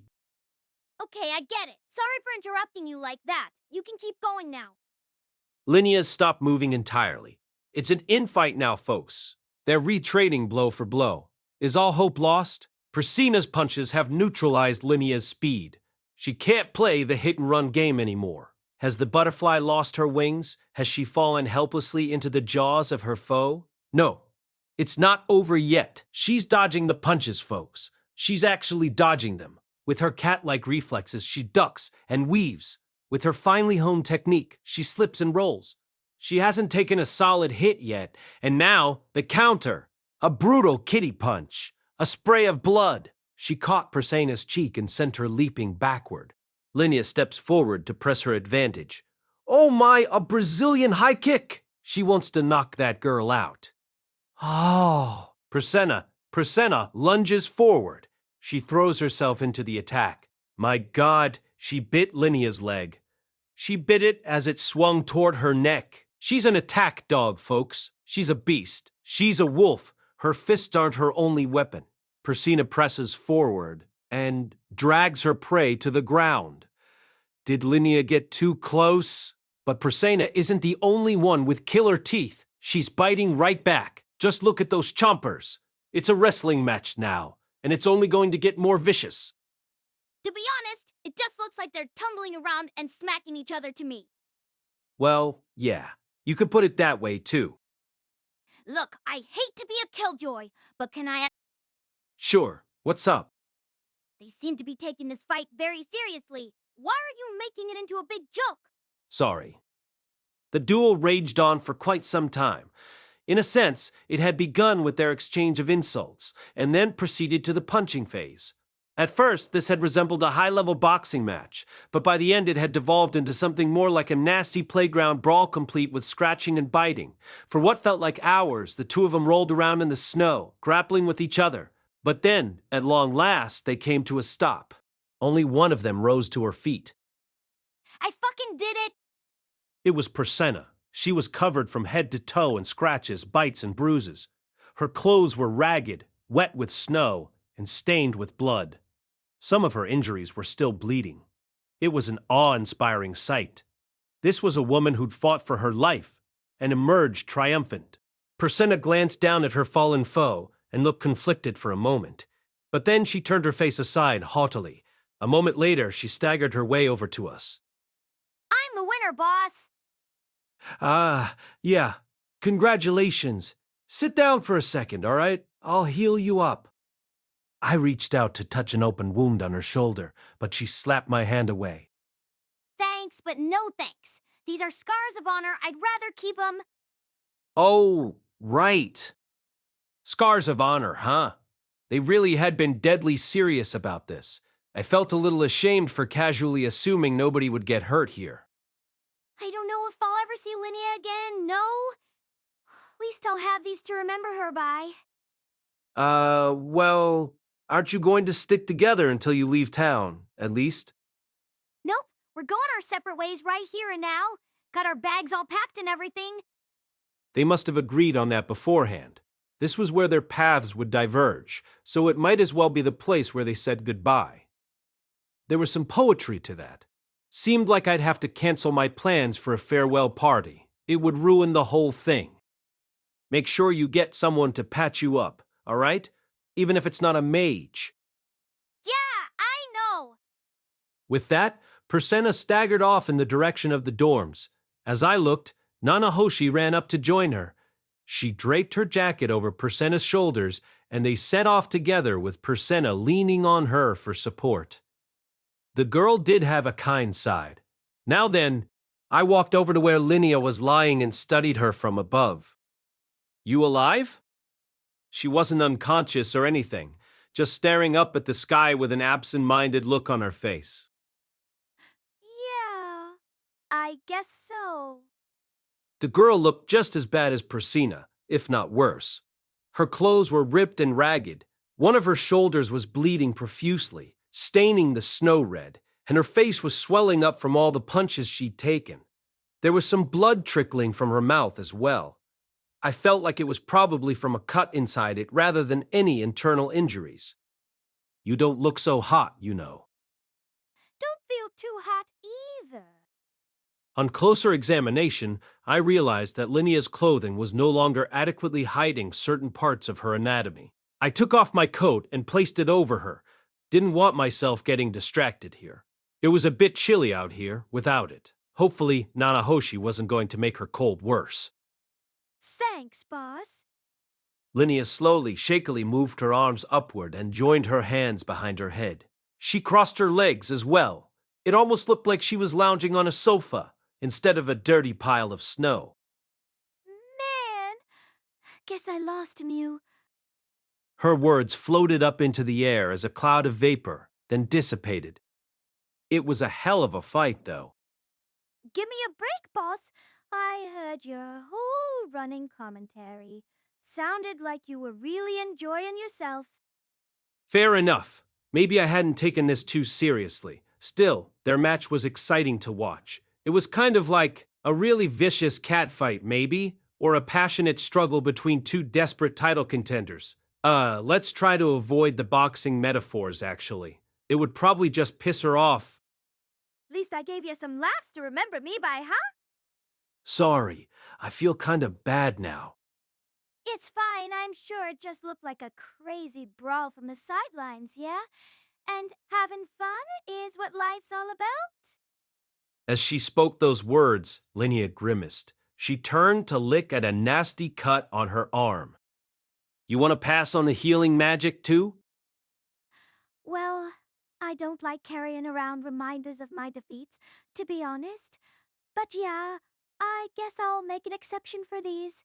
Maybe I'll be able to brag about 'em a couple years down the line. I'd left a few scars on Beast Folk warriors myself over the years. I wondered if any of them showed those off proudly. Linnea fell silent and stared up at the sky. I looked up as well. It was a gray one today, a typical Northern Territory sky. We'd be getting more snow tonight, no doubt. What are you planning to do with yourself now, Linnea? What do you mean? Well, you said something about living the way you want to. Do you have something in mind? Yeah, sure. Figure I'll travel around for a while, then start up my own store. It was very hard to imagine Linnea running a small business successfully. I could see her as an adventurer, maybe, but I hope you have an actual plan worked out. Course I do. Well, she sounded confident, at least. Maybe she'd be okay if she had a plan? I still wasn't feeling too reassured. I had this gut feeling she was going to blunder along with a bunch of half-assed ideas and land herself in deep trouble. I figure I'll be rolling in money in 5 years or so. Well, okay. You can always come to me for help if you need to, just so you know. Once I hit it big, I'll let you borrow money from me. Despite the fact that she'd just lost the most important duel of her life, Linnea didn't seem too depressed. Maybe she was happy to be free of her responsibilities to the Doldia tribe, at least for now. Or maybe she was just putting on a brave face on things. Either way, it looked she'd accepted that one chapter of her life had reached its end. Linnea and Persena didn't say their farewells to the others. They headed straight back to their dorm after the duel, one a bit later than the other. There, they disinfected and bandaged their wounds, grabbed their bags, and left the campus at different times. I saw Linnea off, and Nanahoshi did the same for Persena. Neither of them were particularly chatty. They asked us to say goodbye to Zanoba and Cliff for them, but that was about it. Our friends would probably be a bit sad that they'd missed their chance to return the favor. Persena was presumably headed straight back to the Great Forest, where she'd trained thoroughly to assume the leadership of the tribe. Linea's future was more uncertain, but I wanted to believe she'd find our own path forward. It seemed like they were resigned to never see each other again. That was a real shame considering how close they'd been. Still, I couldn't help admiring their resolve and determination. Bit of a digression here, but that same evening I happened to overhear someone talking in the street. To quote, "Yeah, so I saw these two beast folk women covered in bandages arguing about something in the back of a passenger carriage. They probably neglected to check the timetables for the carriages out of town and ended up stuck on the same one. So much for their dramatic parting of ways." Legends of the University number 11, The Boss Always Settles His Scores. Chapter 12, Phase 4. Several days after the graduation ceremony, I was back at work. There was a large magic circle spread out before my eyes. At a glance, it almost looked like it was printed on a slab of stone. The slab, however, was actually composed of over 100 sheets of oversized paper stacked on top of each other. Each individual page was covered with another portion of the overall design. A wooden frame kept everything fixed snugly in place. There were magic circles carved into its surface as well. It was no exaggeration to call this thing a full-fledged magic implement. Obviously, its creation had taken a significant amount of time. I'd helped out when I could, but for the most part, it was entirely Nanohoshi's work. All right then, please begin. Nanohoshi was crouching across from me, looking down at her creation. Cliff and Zenoba flanked her on either side. They've been helping us out with this research for some time now, so I'd asked them to come observe whenever we were on the verge of a major breakthrough. Nanahoshi had disliked the idea, but ultimately gave in when I argued that they'd earned the right to be here. Of course, their presence wasn't really a reward. They were here in case the experiment failed, and Nanahoshi started thrashing around again. I wanted someone here to restrain her and help me console her afterward, for that matter. It was pretty effective to have someone of a different gender comfort you. Might not be a universal rule, but it was true in my experience at least. We could take her out to a nice tavern and give her lots of attention. Bring out the expensive champagne, that sort of thing. The three of us weren't exactly host club material, but it's the thought that counts, right? All that said, I was feeling confident about this one. Cliff had given the design sketches his stamp of approval, and thanks to the Zolov prosthesis, Zenoba was growing increasingly good at executing this sort of detail work. I didn't see any reason why we'd fail. Here goes nothing. I'm beginning the mana feed now. I placed my hand on the edge of the multi-layered magic circle. As soon as I pushed a little mana into it, I felt the thing begin to suck more and more out of me. It was no real surprise, but this thing was seriously greedy for power. I wasn't sure anyone other than me could have satisfied it. That did make sense, though. Sylphie had once told me that activating a single magic circle used about as much mana as casting an advanced spell. This thing was composed of over 100 of those circles. Thanks to Cliff's assistance, we'd managed to make our design significantly more efficient, so it wasn't quite as thirsty as that might suggest, but it was still eating at least 20 times more mana than a normal magic circle would. It certainly takes a while. Maybe we can find a way to speed the... My mana pulsed steadily into the tablet like blood pumping from a heart, and as I fed it more, it began to emit a noticeable glow. Nothing felt off. The mana was flowing smoothly through our creation. Slowly, the glowing, intricate circles began to change in color. Yellow, orange, blue, white. The pattern was distinctive and familiar. I'd seen flashes of light exactly like these right before the displacement incident. Crap, should I stop? This thing might teleport all four of us to the middle of nowhere. And what if it's a bigger scale effect? Sylphie and Norn are on campus today, aren't they? Wait, it might even take the entire city and Lucy along with it. On the other hand, it didn't feel like anything too dramatic was about to happen, and the magic circles we designed weren't capable of producing any such effects anyway. We'd done our homework here. I was positive we hadn't screwed it up that badly. It just wasn't possible. Everything was going to be fine. This was going to work. The light grew stronger and stronger, and then collapsed into a single point. My mana abruptly stopped flowing into the magic circle, and the circle stopped glowing as well. There was something green sitting at the circle's very center. Something green and black and round about the size of a globe, but much juicier looking. It was a watermelon. Looks like it worked. Yes! Nanahoshi leapt to her feet and clutched her fists in triumph. Congratulations, Master Rudeus. Well done, Nanahoshi. Zanoba and Cliff applauded. They looked almost as jubilant as she did. I must say, however, Zanoba approached the watermelon curiously and gave it a few pokes. this green and black pattern strikes me as rather ominous. Would it be safe for me to hold the thing? It won't bite, will it? You'll be fine, Zanoba. Just don't drop it, please. They break more easily than you'd think. All right. Oh, it's rather heavy, I see. Picking up the watermelon, he proceeded to study it from many different angles. Personally, I didn't see anything ominous about it. Maybe green and black just wasn't an appetizing color combination for the natives of this world.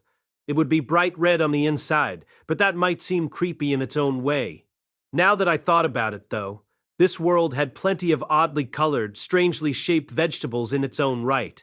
You could find a variety of gourds in any market. It wouldn't surprise me if there were watermelons somewhere out there. Hey, Nanahoshi, I just had a thought. Yes? I know it's a little late now, but shouldn't we have summoned something like a Yubari melon instead? They had to selectively breed those things, so they definitely don't exist in this world. Tell me something, Rudeus. Could you actually tell the difference between a normal melon and a specially bred one? Okay, she had a point there. I knew a Prince Melon from a muskmelon, but that was about the extent of my expertise. In any case, we can't be quite that selective yet. I was actually trying to summon a cabbage this time. This world did have a leafy vegetable very similar to cabbage. I had to wonder if we could have told to summon cabbage apart from that local variety. I wasn't a farmer or anything, and neither was Nanahoshi. Maybe the concept of summoning a vegetable had been flawed from the start. Nah, it's fine. We did an experiment based on a theoretical design, and we got the result we were expecting. This thing's an authentic watermelon. We can't prove where it came from exactly, but it's here because we summoned it. A watermelon's a watermelon, right? I'm willing to call that a success. Well, given that the experiment succeeded, I suppose we should celebrate tonight. Zanoba seemed to have already lost interest in the melon itself. No surprise there, since it wasn't a figurine. Yeah, sounds good. Batigati, Linnea, and Persenna weren't around anymore. Our parties had gotten a bit less lively in their absence. Couldn't let that stop us from enjoying ourselves, though. That evening, we held a nice little celebration. We'd lost Linnea and Persenna since last time, but this time Roxy and Norn joined in. In a net numbers sense, we were only down one six-armed demon king. It wasn't exactly the same, of course. There were fewer people squawking loudly, and more members of my family. Not that it was really a problem. Nanahoshi was drinking like a fish. Before long, she started squeezing Julie in her arms like a doll, while chatting with Ellen allies about something or other. For once, her expression was cheerful, and she was speaking loudly. That was definitely unusual. The girl's standard mode of communication was a sullen murmur, after all. The success of today's experiment had her in a very good mood. Annalise listened to her chattering with a benevolent smile on her face. Zanoba and Cliff had struck up a separate conversation with Roxy. Judging from their serious expressions, it was probably about their research. Those three were workaholics, after all. Here you go, Rudy. Ah, thanks. Sylphie had parked herself next to me and was mostly just refilling my glass every time it got low. Are you not drinking tonight, Sylphie? Well, I get a little silly when I'm tipsy, you know. I was thinking I'd abstain. Oh, gotcha. We're not staying out tonight after all. I want to make sure I can put loose... Yeah, I totally understand. That was kind of a shame, though. Sylphie was really cute when she got drunk. She got incredibly affectionate when her inhibitions came down. On the other hand, the whole being responsible thing was appealing in its own way. I had a good wife on my hands here. The two of us proceeded to engage in some mild public displays of affection, and after a while, Roxy came over to join us. Would you mind letting me participate as well, Rudy? In what? Just pull back your chair a little, please. When I did so, she hopped right into my lap. All of a sudden, I had the back of Roxy's neck right before my eyes, and her bottom pressing on my thighs. How splendid! What bliss! It did feel a little over the line, though. Are you drunk, Roxy? Just a little. On closer examination, Roxy's face was a bit flushed. This was strange. As a general rule, she didn't drink much alcohol. Was this my chance to see her lose her self-control? Roxy leaned back to rest on my chest. I could feel the weight of her body and hear the beating of her heart. Oh, wow! I could totally see down her robe if I pulled it out a little. Okay, I really want to. Should I go for it? Wait, maybe I should wait until she's even drunker? That looks kind of nice. Rudy, let me try it later, okay? Of course, Sylphie. In fact, I was more than willing to let them both on my lap at once. Let's see. I could give my left knee to Roxy and my right to Sylphie. Those were the sides they'd taken in bed the other night, as I recalled. Man, it was so nice when I got to put my arms around both of them at once. Made me feel like I was drowning in happiness. Rudeus? Norn appeared to be glaring at me from the other side of the table. Right. I shouldn't have been neglecting her like this. She didn't know most of the people in this group very well. None of them were strangers to her, but holding a conversation would probably be hard. She'd just been sitting quietly across from me for some time now. Sorry, Norn. Is this too awkward for you?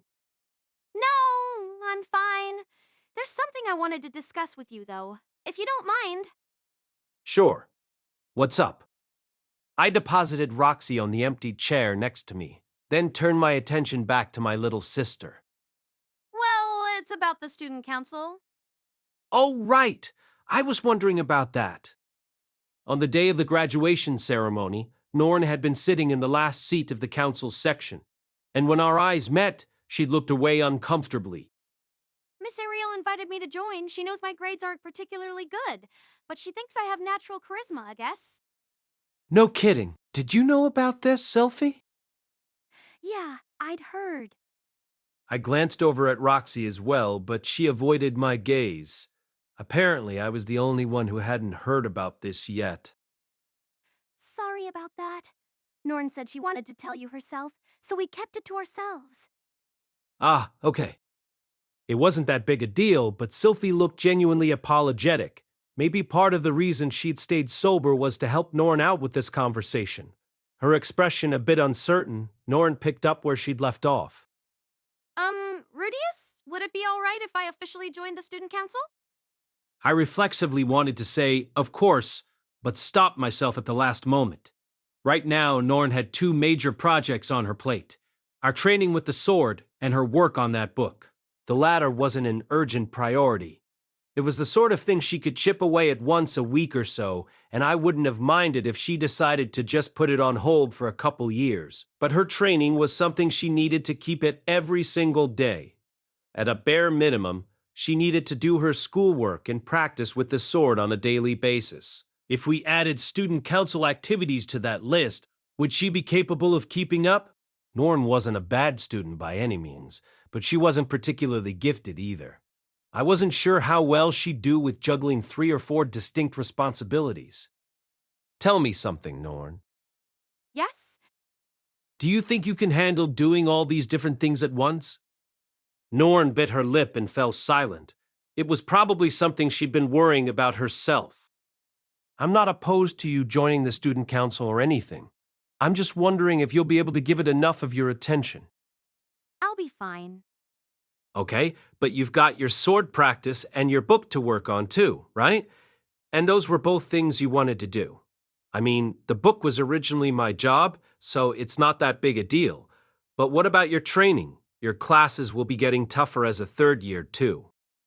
I'll keep up with my classes and my training, I promise. Well, she talked a good game at least. But I knew from experience that it was difficult to focus on too many things at once. When you tried to do two tasks simultaneously, one of them inevitably wound up being neglected. At this point, Sophie intervened, looking a bit concerned. Rudy, Norn's been handling things very well so far? That was definitely good to hear. But what was going to happen if she kept this up for months? What if the pressure got to be too much for her? How long has she been helping out at the council, anyway? It's been over a year now, actually. I think it started while you were away on your journey. Wait, really? Huh. That's a pretty long time. That would mean she'd started this before we began our sword training together, even. It's going to be okay, Rudy. I'll vouch for that. Norn will be just fine as a member of the student council, and she won't neglect any of her other responsibilities either. I was surprised by the firmness of Sylphie's tone, but then again she had good justification for her confidence. Norn was already managing to do all of this at once. I didn't see any reason to keep playing the devil's advocate. Wow, sure sounds like you've been working hard, Norn. It made me really happy to know that she was out there trying her best, even when I wasn't around to keep an eye on her. There was this feeling in my chest that I couldn't find the words to describe. Warm and fuzzy, maybe? Okay, then. I'm not sure you really needed my permission in the first place, but for what it's worth, you've got it. Good luck with the student council, Norn. Thank you, Rudeus. I really appreciate it. In the end, it was all up to her how this turned out. Still, the grown-ups in her life had the responsibility to support her and cheer her on. I was more than willing to break out the pom-poms for her. Just as our conversation came to an end, Nanahoshi raised her voice from the other end of the table. Let's split the watermelon. We proceeded to divide up the watermelon we'd summoned and served a big slice to everyone at the party. It was slightly less sweet and juicy than those I remembered from my last life. Probably one of those California ones. Putting its taste aside, we did discover something interesting in the process of splitting it. It was a seedless variety. Agricultural techniques in this world weren't sophisticated enough to produce anything like that. In other words, the experiment had been a success beyond a shadow of a doubt. The party had reached its climax, or maybe past it, actually. Nanahoshi was singing. Norn was dancing. Zenoba was blathering at Julie about figurines. Sylphie was looking after Roxy, who'd gotten very drunk, and Cliff was making out with Elle and Elise in a corner. Everyone was feeling some fatigue, but it was the pleasant kind you get near the end of a fun night out. For my part, I was leaning back in my chair and smiling drunkenly at the others. Hey, Rudeus. Nanahoshi had wandered over to me, having finished up her song. She started to say something to me, but then broke down coughing. The girl didn't look too hot in general, probably because she'd been drinking heavily while nursing a nasty cold. Want me to detox you? Yes, please. After I threw a few detoxification and healing spells on her, Nanahoshi got a little color back in her cheeks. Looking a bit relieved, she let out a little sigh. Anyway, I wanted to thank you again. Now we can finally move on to the next phase. Yeah, I guess so.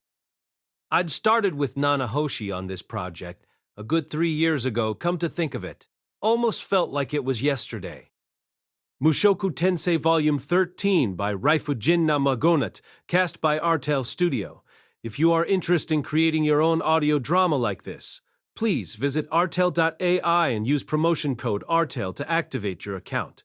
Now, enjoy the story. That was partially because Zenoba and Cliff were helping out now. But even so, things were going much better than I'd expected at the start. Phase 4 was summoning a living thing that meets specific criteria, right? That's correct. I know someone who's very knowledgeable about this part, so I'm planning to ask him for guidance.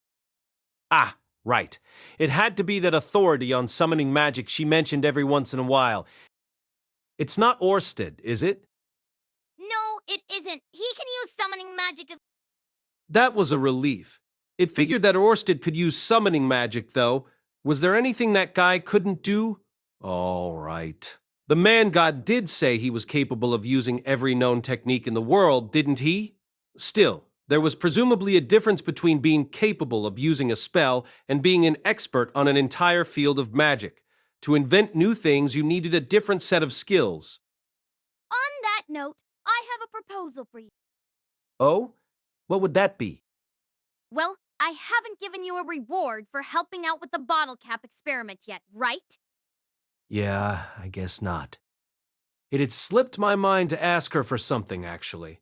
I'd been very busy looking after Lucy back then. I guess people get a little less greedy when they're feeling content with life. I was thinking I could introduce you to the man I'm talking about. Oh, I know you want to learn a different kind of summoning magic. To be honest, I think you're better off learning from someone like him directly. well, yeah. I didn't really need to learn how to summon things from another world, which was the focus of Nana Hoshi's research. It might be convenient at times, of course. I wouldn't mind summoning a baby bottle or a stroller for my kid. But stuff like that was more of a luxury than something I really needed. I was satisfied with my life the way it was. I did have some interest in learning more conventional summoning spells. I couldn't imagine myself needing those very often either, so it was mostly a matter of personal curiosity. I was also interested in figuring out why the displacement incident had taken place, but again, I didn't feel a burning need to find those answers. This would count as 2 rewards, though. Is this guy that incredible at what he does? Absolutely. He might even be capable of fixing your mother's memory, for that matter. Wait, what? I reflexively leaned forward in my chair at that one. Norn drew in closer as well. She must have overheard. Is that true, Nanahoshi? I can't say for sure, but the man's been alive for a I felt like Zenith's condition had been steadily improving, but it was very hard to tell if her memories were ever going to fully return.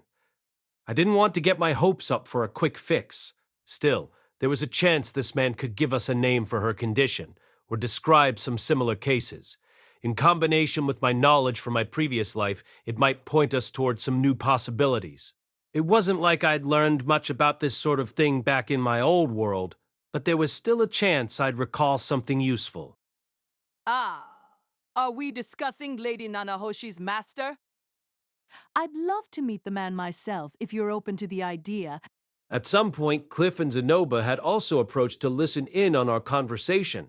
Elanias was standing from just behind Cliff as well. However, she was busy playing with his ears. I wasn't sure what the appeal was, but she seemed to be enjoying herself. Well, you two did help out as well, so Nanahoshi looked a little conflicted about this development. I seemed to remember that she wasn't too comfortable even saying the man's name, so that made sense. Oh, I'm kind of interested too. Roxy didn't follow, but only because she was lying across a couple chairs and snoring. Norn was sitting next to her, a bit away from the rest of us, but she was looking this way. It was hard to tell if she was interested in this outing or not. If everyone decided to join in, we'd be looking at a group of 7, including Nanahoshi. Is it okay for us to show up with the big group, Nanahoshi? Won't we be a nuisance? I wouldn't worry about that. The old man said he can accommodate up to 12 guests at any time. It shouldn't be a problem for everyone to come along. At the very least, it sounded like Cliff and Zenoba were in. Nanahoshi was obviously willing, but I wasn't so sure about the idea just yet. Isn't it going to take some time to go see this guy, though? How many months of traveling were we talking about here? Maybe we could shave some time off the journey with those ancient teleportation circles. But even getting out to the nearest one required 5 days on the road. At bare minimum, that was a 10-day round trip, and there was probably more travel waiting on the other side, so I had to assume we were looking at a month or more. I didn't want to leave Lucy on her own for that long. Not particularly. It won't take more than a single day of travel, in fact. Whoa, he's right in the neighborhood, huh? Do you drop in on him sometimes, or what? That was a 2-day round trip then. We could stay over for a few days and still make it back in a week. Given how short the trip was, maybe we could even bring Lucy along. He's not in the neighborhood, and I haven't seen him in... Interesting. Did she communicate with him using a magic item or something? I'd never seen the magical equivalent of a telephone, but given that teleporters existed, there was probably some method of long-distance communication as well. I got the sense that sending messages would take a fair amount of time, but maybe they'd worked out some sort of basic signaling system in advance, something like a magical flare gun. Okay then, So what's the man's name, anyway?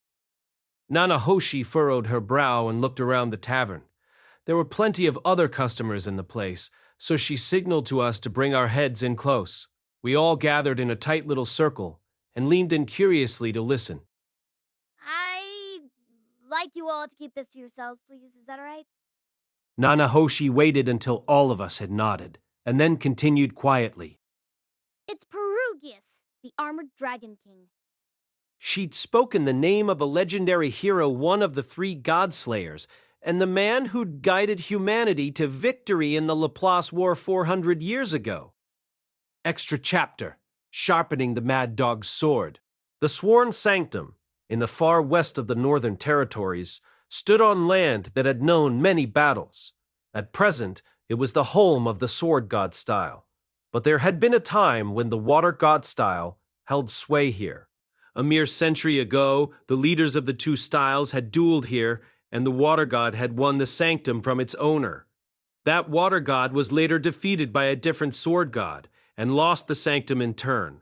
But ever since, it had belonged to the single strongest swordsman of each successive generation, who earned the right to teach those of their school here. The students who secured a place at the sanctum were tutored by the greatest possible teacher, and had a chance to supplant them as the strongest. This was a fact that drew many ambitious young swordsmen and women to this cold, isolated place, if only to see it with their own eyes. At present, however, 2 visitors of a more unusual sort were approaching its main hall. One was an elderly woman, perhaps in her early 60s. The expression on her face suggested she was something of a curmudgeon. Otherwise, she was the picture of a gentle, harmless old lady.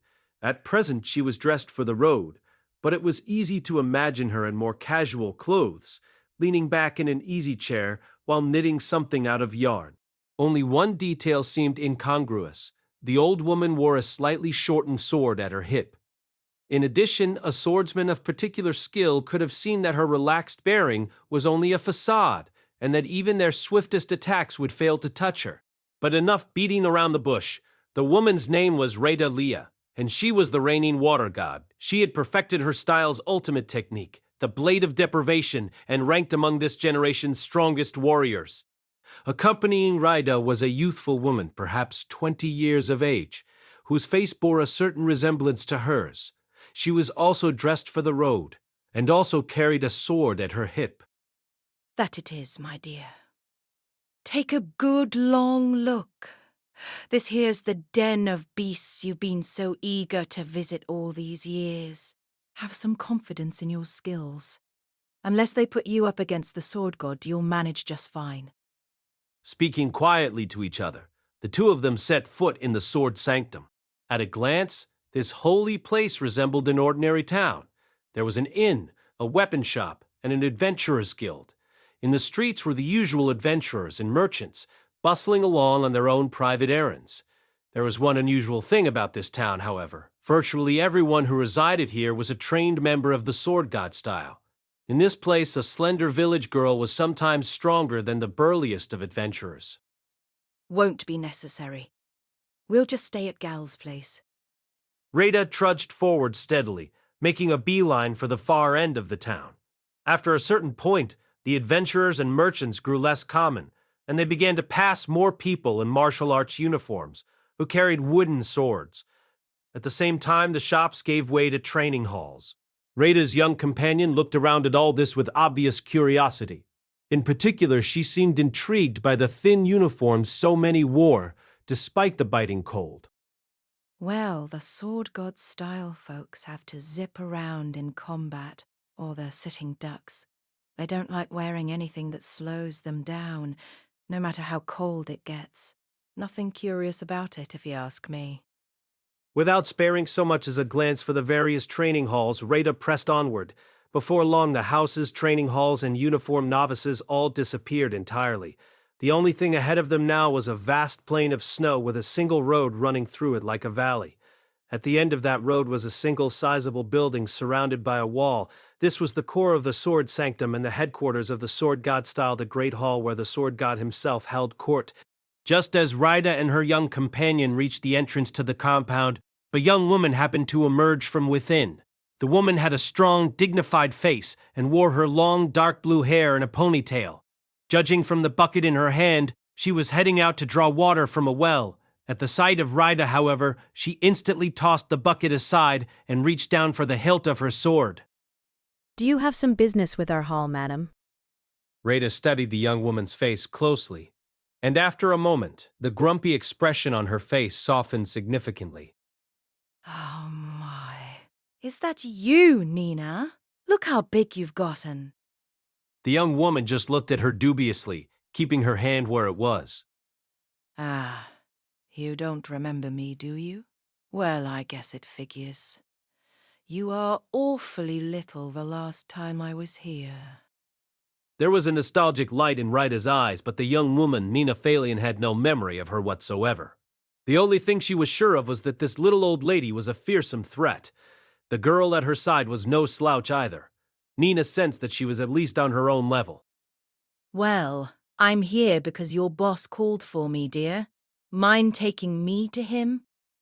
My boss? Yep, Gol Phalion. Nina hesitated at these words. Many came to this place seeking to meet Gol Phalion, but the majority were cocksure fools who had convinced themselves they could strip his title from him. Driving such people off was one of the responsibilities assigned to Nina and her fellow pupils. First, would you be so kind as to tell me your name? I'm Rada. Rydelia. Don't think I need to elaborate, do I? My apologies, please come this way. The instant she heard the old woman's name, however, Nina bowed to her respectfully and invited her inside the compound. Only one person in their world could introduce themselves as Rydelia. It was a name reserved for the leader of the water god style. No one else was permitted to claim it. For the briefest of moments, Nina entertained the possibility that this woman was an imposter, but she had sensed on an instinctive level that the old lady's placid surface hid unfathomable depths, so she pushed the thought from her mind. Even if the woman wasn't who she claimed to be, she was no doubt a force to be reckoned with. Rida and her companion followed Nina inside the sword god style compound. Nina led them straight to the main hall, which they had to step up to enter, a feature common to most buildings in this snowy region. In the entryway, they paused to brush the snow off their clothes, then proceeded along the creaking wooden hallway. Watching Nina from behind as she walked, Rada spoke up in a thoughtful voice. I must say, dear, you're quite sharp for your age, and polite. For that matter, have you made it to Sword King already? No, I've still got quite a way to go, I'm afraid. Do you, now? I'm sure you're the strongest of the young uns, at least. No need to be too modest. Well, I might be the fastest, I suppose, but not the strongest. Oh, that's a good attitude you've got there, dear. It's a pity the other youngsters of your style aren't more like you. As they spoke, the three of them had arrived at the ephemeral hall. A single man was sitting within it. His eyes were closed, as if in meditation. The mere sight of him, however, made Rada feel as if a naked blade was at her throat. Rada was the water god, and the leader of a great style, one of only 3 such people in the world. Despite her advanced age, she felt herself no less powerful than she'd been in her heyday. She could turn any sword aside effortlessly, but this man was the one and only exception to that rule. His name was Gol Phalion, and he was the reigning sword god. Master, I've brought Rydelia here to see you. Ah, you're here. Thanks for trudging out all this way, Ryder. Hard have been easy with those tired old bones of yours, I'm sure. It certainly wasn't. Still, it isn't every day you come asking me for a favor, right? You piqued my curiosity, I suppose. Whew. Rada approached the sword god and sat down in front of him. Despite the undignified hoof she emitted as she did so, her movements were as clear and natural as the flow of a mountain stream. Nina, as well as Rada's traveling companion, sat slightly further back in a gesture of humility. So, who will I be teaching what to? You want me to teach that girl the secret water god techniques or something? Seems like a kid who knows how to listen. She might be a natural sword god type, but I'm sure I could beat a few water god skills into her head as well. The letter that brought Rada to this land had been brief. In essence, it read only, "I want you to come train one of my students." Rada had very nearly torn the thing to shreds the moment she read those words. And yet, she'd found it intriguing that Galphalion had bothered to write her a letter of any kind. The man hated asking anyone for anything. That wasn't the only reason she'd come, however. Mere curiosity wouldn't have been enough to make her to walk up here from the capital of the kingdom of Asura. In any case, I've got one condition. What's that? You want me to teach one of your pupils a few things, yes? Well, I want you to show one of mine the sword god style. No need to actually teach her, though. Rida had been worrying for some time that her star student had grown too self-satisfied. The water god style was the official style taught in the kingdom of Asura, meaning it boasted many pupils. But it was rare for them to refine their talents past a certain point. The girl Rida had brought along today was one of the exceptions, but she had no students of comparable skill to test herself against, and her confidence had grown excessive. She kept at her training earnestly enough, but with no true rival to drive her forward, she'd failed to make real progress over the last year or so. Rada had brought her to this place to give her a taste of defeat, convinced that this would benefit her enormously in the long run. Even if the youngsters of the sword god style proved to be inadequate to the task, if she had the chance to spar with Galphalion himself, the experience would still be a deeply valuable one. The nature of the water god style was such that the stronger your opponent, the more you would improve by training with them. Rada thought it likely that Galphalion had called here for the very same reason, for her to crush some uppity pupil with the water god style's most vicious counterattacks, motivating them to improve further. Oh, is that all? Sure thing. You know, we could even have my pupil face off against yours, if you'd like. This wasn't a spontaneous proposal, of course. Rida was hoping to have Nina teach her pupil a lesson in humility. Throwing her straight against the sword god was one idea, but she figured it would be more humiliating to lose to a girl her own age. Why not? Nina, go get Eris for me. Yes, master. At these words, however, Rida tilted her head curiously. From the moment she'd met the girl at the entrance to the compound, she'd assumed Nina was the student she was here to teach. Master... What is it? Hurry up, kid. I was hoping you'd give me the opportunity to spar with our visitor as well. I'm very interested in seeing what the water god style can do. That was always part of the plan. Oh! Thank you. I'll go get Eris at once.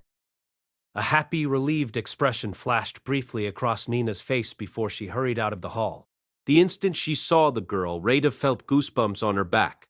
It felt a bit like she just encountered a wild monster on the roadside. She very nearly reached for her sword on sheer reflex.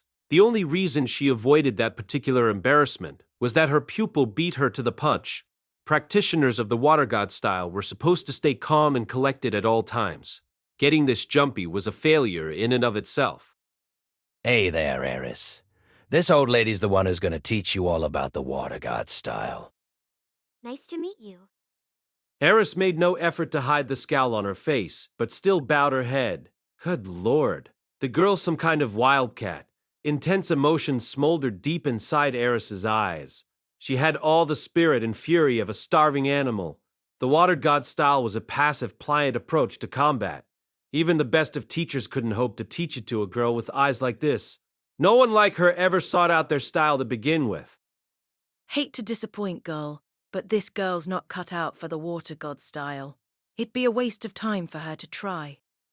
You think I don't know that? What am I supposed to teach her, then? You don't have to teach her anything. Just spar with her using your style. This brief exchange was sufficient for Rida to discern the sword god's intentions. He wanted this Eris girl to learn how to fight the water god style in the most hands-on possible way. Rida didn't understand why, however. It couldn't hurt for the girl to get a bit of experience against a different style, but calling Rida here for that was just excessive. A talented, seasoned student of the sword god style could launch an attack too swift for your average water god practitioner to deflect. Compared to learning the intricacies of Rida's style, the girl would be better off simply mastering her own. Unlike the Water God style, which required an opponent even to practice, the Sword God style was all about landing the first blow with overwhelming speed and power. There was no need to know your enemy if you cut them down before they could react. The way Rudeus saw it, the only reason Phalion would want the girl to gain experience against the Water God specifically was if he expected her to face a truly powerful practitioner of the style one too skilled to be overwhelmed by speed alone. And there was only one such practitioner who came to mind. Bit confused here, Gol. You planning to have this little beast assassinate me or what? Oh, please. You've got one foot in the grave already. Why would I even bother? Well, enlighten me then. Why do you need me to teach her how the Water God style works? Who are you planning to throw her at? Our girl Eris here wants to take down the Dragon God. What? You mean Orsted? Ryda was genuinely shaken by the mere thought. She, too, was very familiar with Orsted of the Great Powers. She knew of his strength and that he used the Water God style freely. The Dragon God, is it? Well, somebody's certainly, ambitious. You think she can do it? Yeah, I do. And so does Eris. Ah, well, that's nice. Glad you're confident, at least. It was hard to say if any of this was true.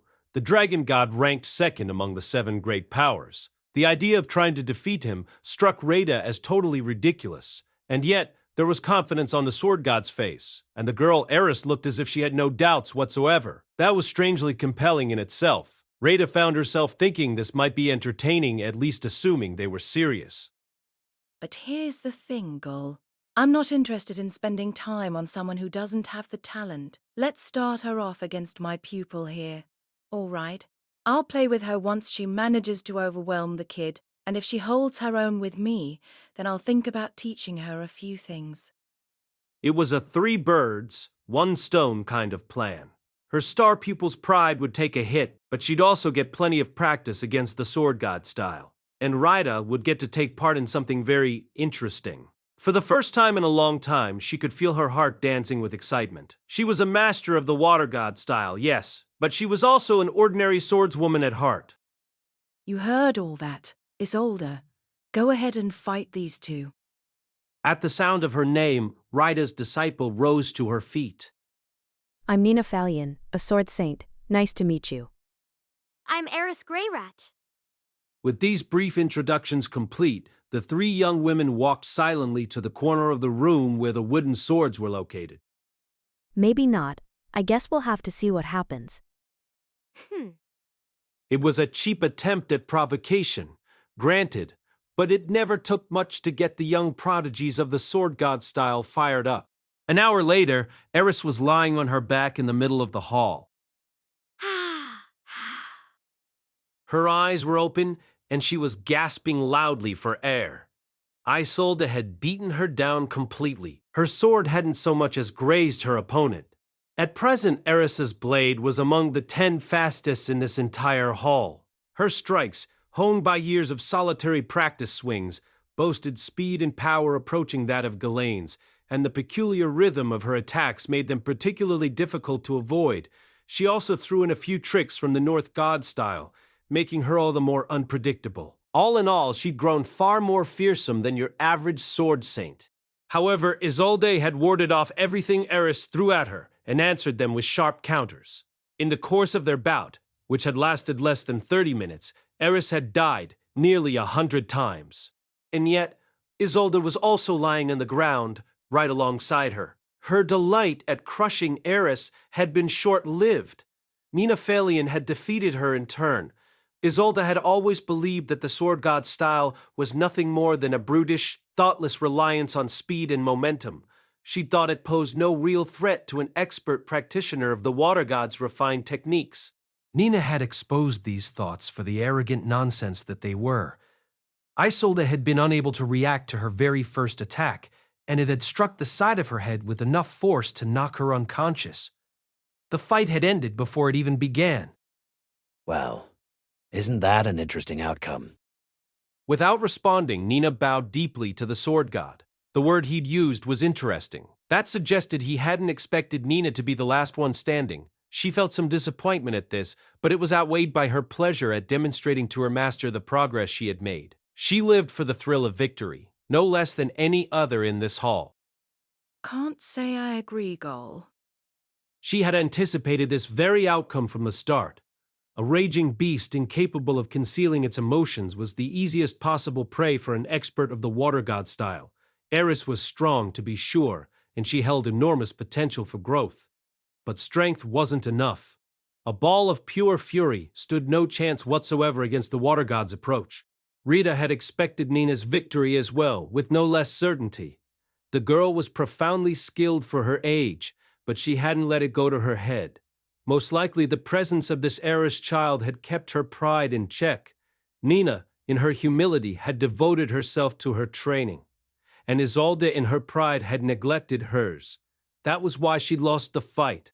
Nina's attacks hadn't been particularly fast compared to those of Eris. In fact, they were very slightly slower, and the force behind Eris's swings had been far greater. However, there was no emotion in Nina's strikes. There was no hatred in her eyes, no hostility on her face, not even a reflexive movement of her cheeks. To Isolde, it was like a bolt from the blue. She'd probably been unconscious before she even sensed the girl was coming at her. Still, it seems like a favorable start. What do you say, dear? Want to learn a few water god tricks from me? No. I want to keep my focus on mastering the sword god style. Good, good. You've got the right idea. All right then, gal. How's about we have these three train as a group for a while? That ought to sharpen them up a bit. Yeah, sounds about right. Yep, should do wonders for my pupils' motivation too. The girl's been needing someone to chase after. The sword god and water god discussed the matter for a little longer and arrived at an agreement. Eris would be tasked with defeating Isolde, and Isolde with defeating Nina. Until that happened, the three of them would train together as equals, pointing out each other's deficiencies. In theory, it would prove beneficial to all of them. You all right with that, Nina? Nina nodded easily at her master's proposal. I don't mind. To be sure, she joined in this session out of nothing more than curiosity. Still, the opportunity to practice extensively with the talented water god student sounded valuable indeed. Nina had defeated Isolde decisively, but she didn't think of her, or Eris, as beneath her level, and she'd learned from first-hand experience the value of competing closely with her peers.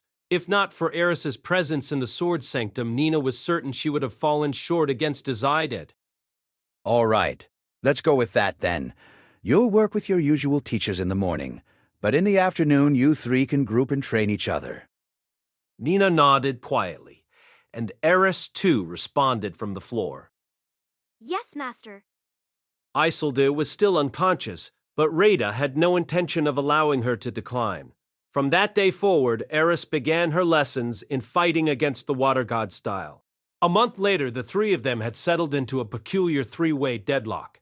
Eris consistently beat Nina, Nina beat Isolde, and Isolde beat Eris. The three of them kept up with their individual training schedules, of course, but also took the time for several practice matches every single day and exchanged their opinions afterward. It hadn't taken long for Isolde to identify Eris's weaknesses. Okay, right. But what am I supposed to do about it? To Isolde's mild surprise, Eris readily accepted her criticisms. Most people seemed to think of the girl as a violent, obstinate maniac, but she was genuinely hungry for ways to improve. I'm not sure what to tell you. A duel's just a matter of moving your sword faster than your opponent, right? I can't see what hostility has to do with that.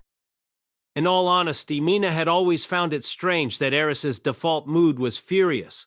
Was there some point to staying constantly agitated, even when you had no real enemy to fight? Relaxing when you had the chance felt like the smarter move. Well, I don't know either. Excuse me? What does Rudeus have to do with anything? All right. Eris would have preferred to maintain her current state of constant tension. There was a reason for this. The more she trained here, the more she came to understand just how unbelievably powerful the dragon god Orsted was.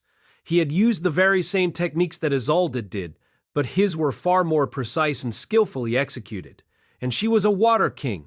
while he wasn't even a member of their school. Honestly, why can't I ever beat this ridiculous girl? It's starting to hurt my self-confidence. She spent every single day following an efficient, logical system of training devised by the sword god himself. She strengthened her body in the most efficient possible way, ate carefully calculated meals, and maintained a well-regimented schedule. And yet, she couldn't beat Eris, whose routine was decidedly not rational. It's because I'm making you move after me. Huh? Nina hadn't been expecting the girl to actually answer her question. The Eris, she knew, was the definition of selfish. She'd never shown any interest at all in helping anyone but herself improve. Ruiger taught me how. You can use stuff like eye contact to make people jump first, or hesitate just a little. Ruijord? Who's that? My teacher. Nina was mainly just puzzled by Eris's words.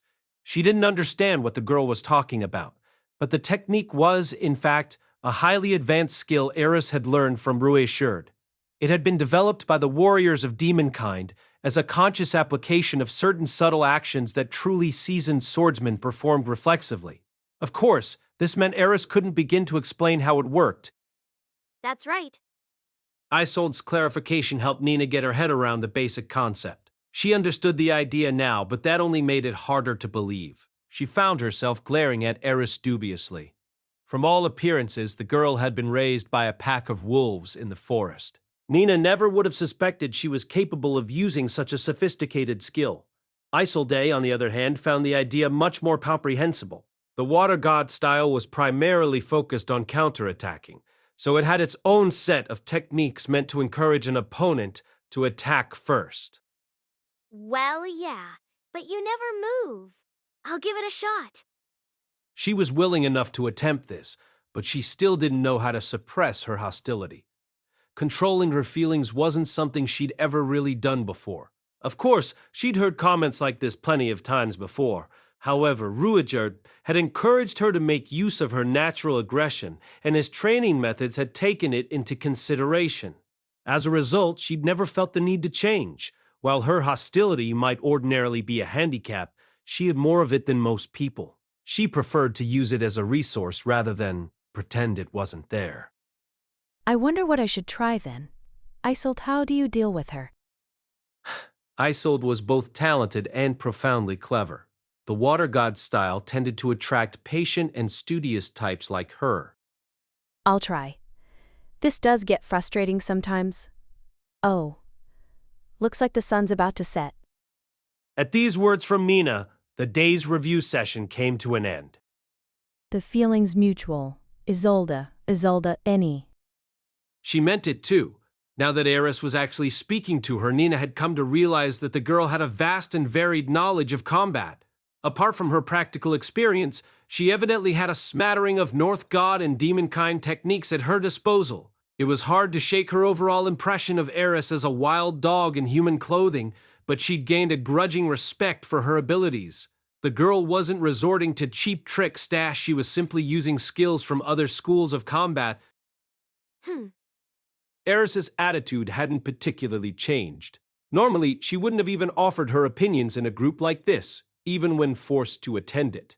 But this evening, she'd found herself remembering the period when she was learning the sword with Rudeus as a child.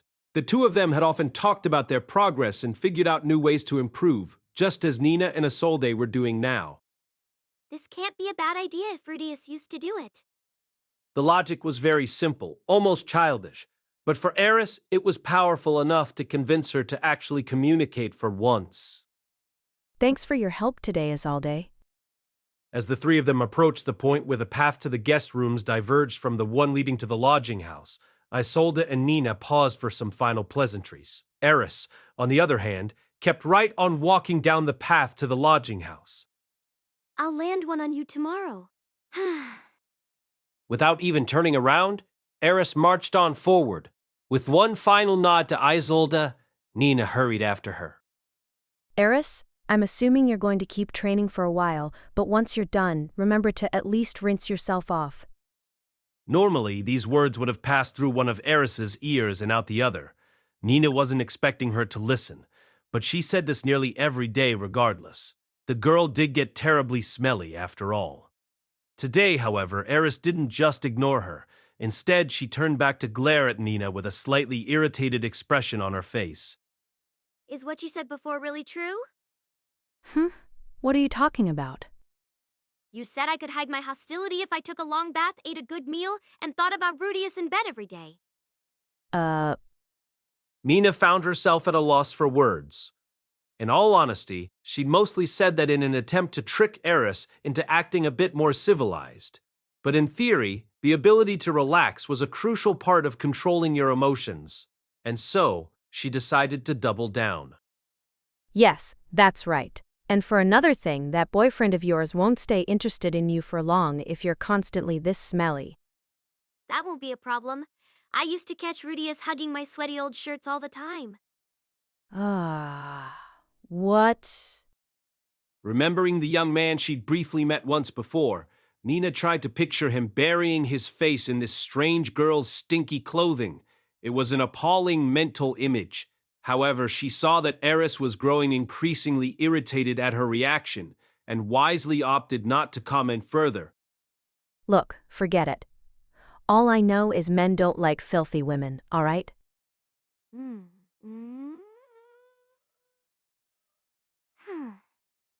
Well, I guess Rudeus was kind of fussy about keeping things clean. There you go, and that's why you should pay more attention to your hygiene. Eris paused to think for a moment. Memories of Rudeus flooded through her mind. She usually made a conscious effort not to reminisce about the past, but when she let down her guard, she'd always end up thinking about him. And when she thought about him, her lips would quirk into a smile all on their own. As she considered this, Eris realized something interesting. I'm probably not emitting any hostility right now, am I? All right then. Guess I'll go wash myself off. Yes, I wasn't expecting any better from you. Don't worry, I've nearly given up at this. Wait, what did you just say? Eris strode off toward her room without responding to the question. And Nina just watched her go, a look of stunned disbelief frozen on her face. It took another year for Eris to reach equal footing with the Water King Isolde.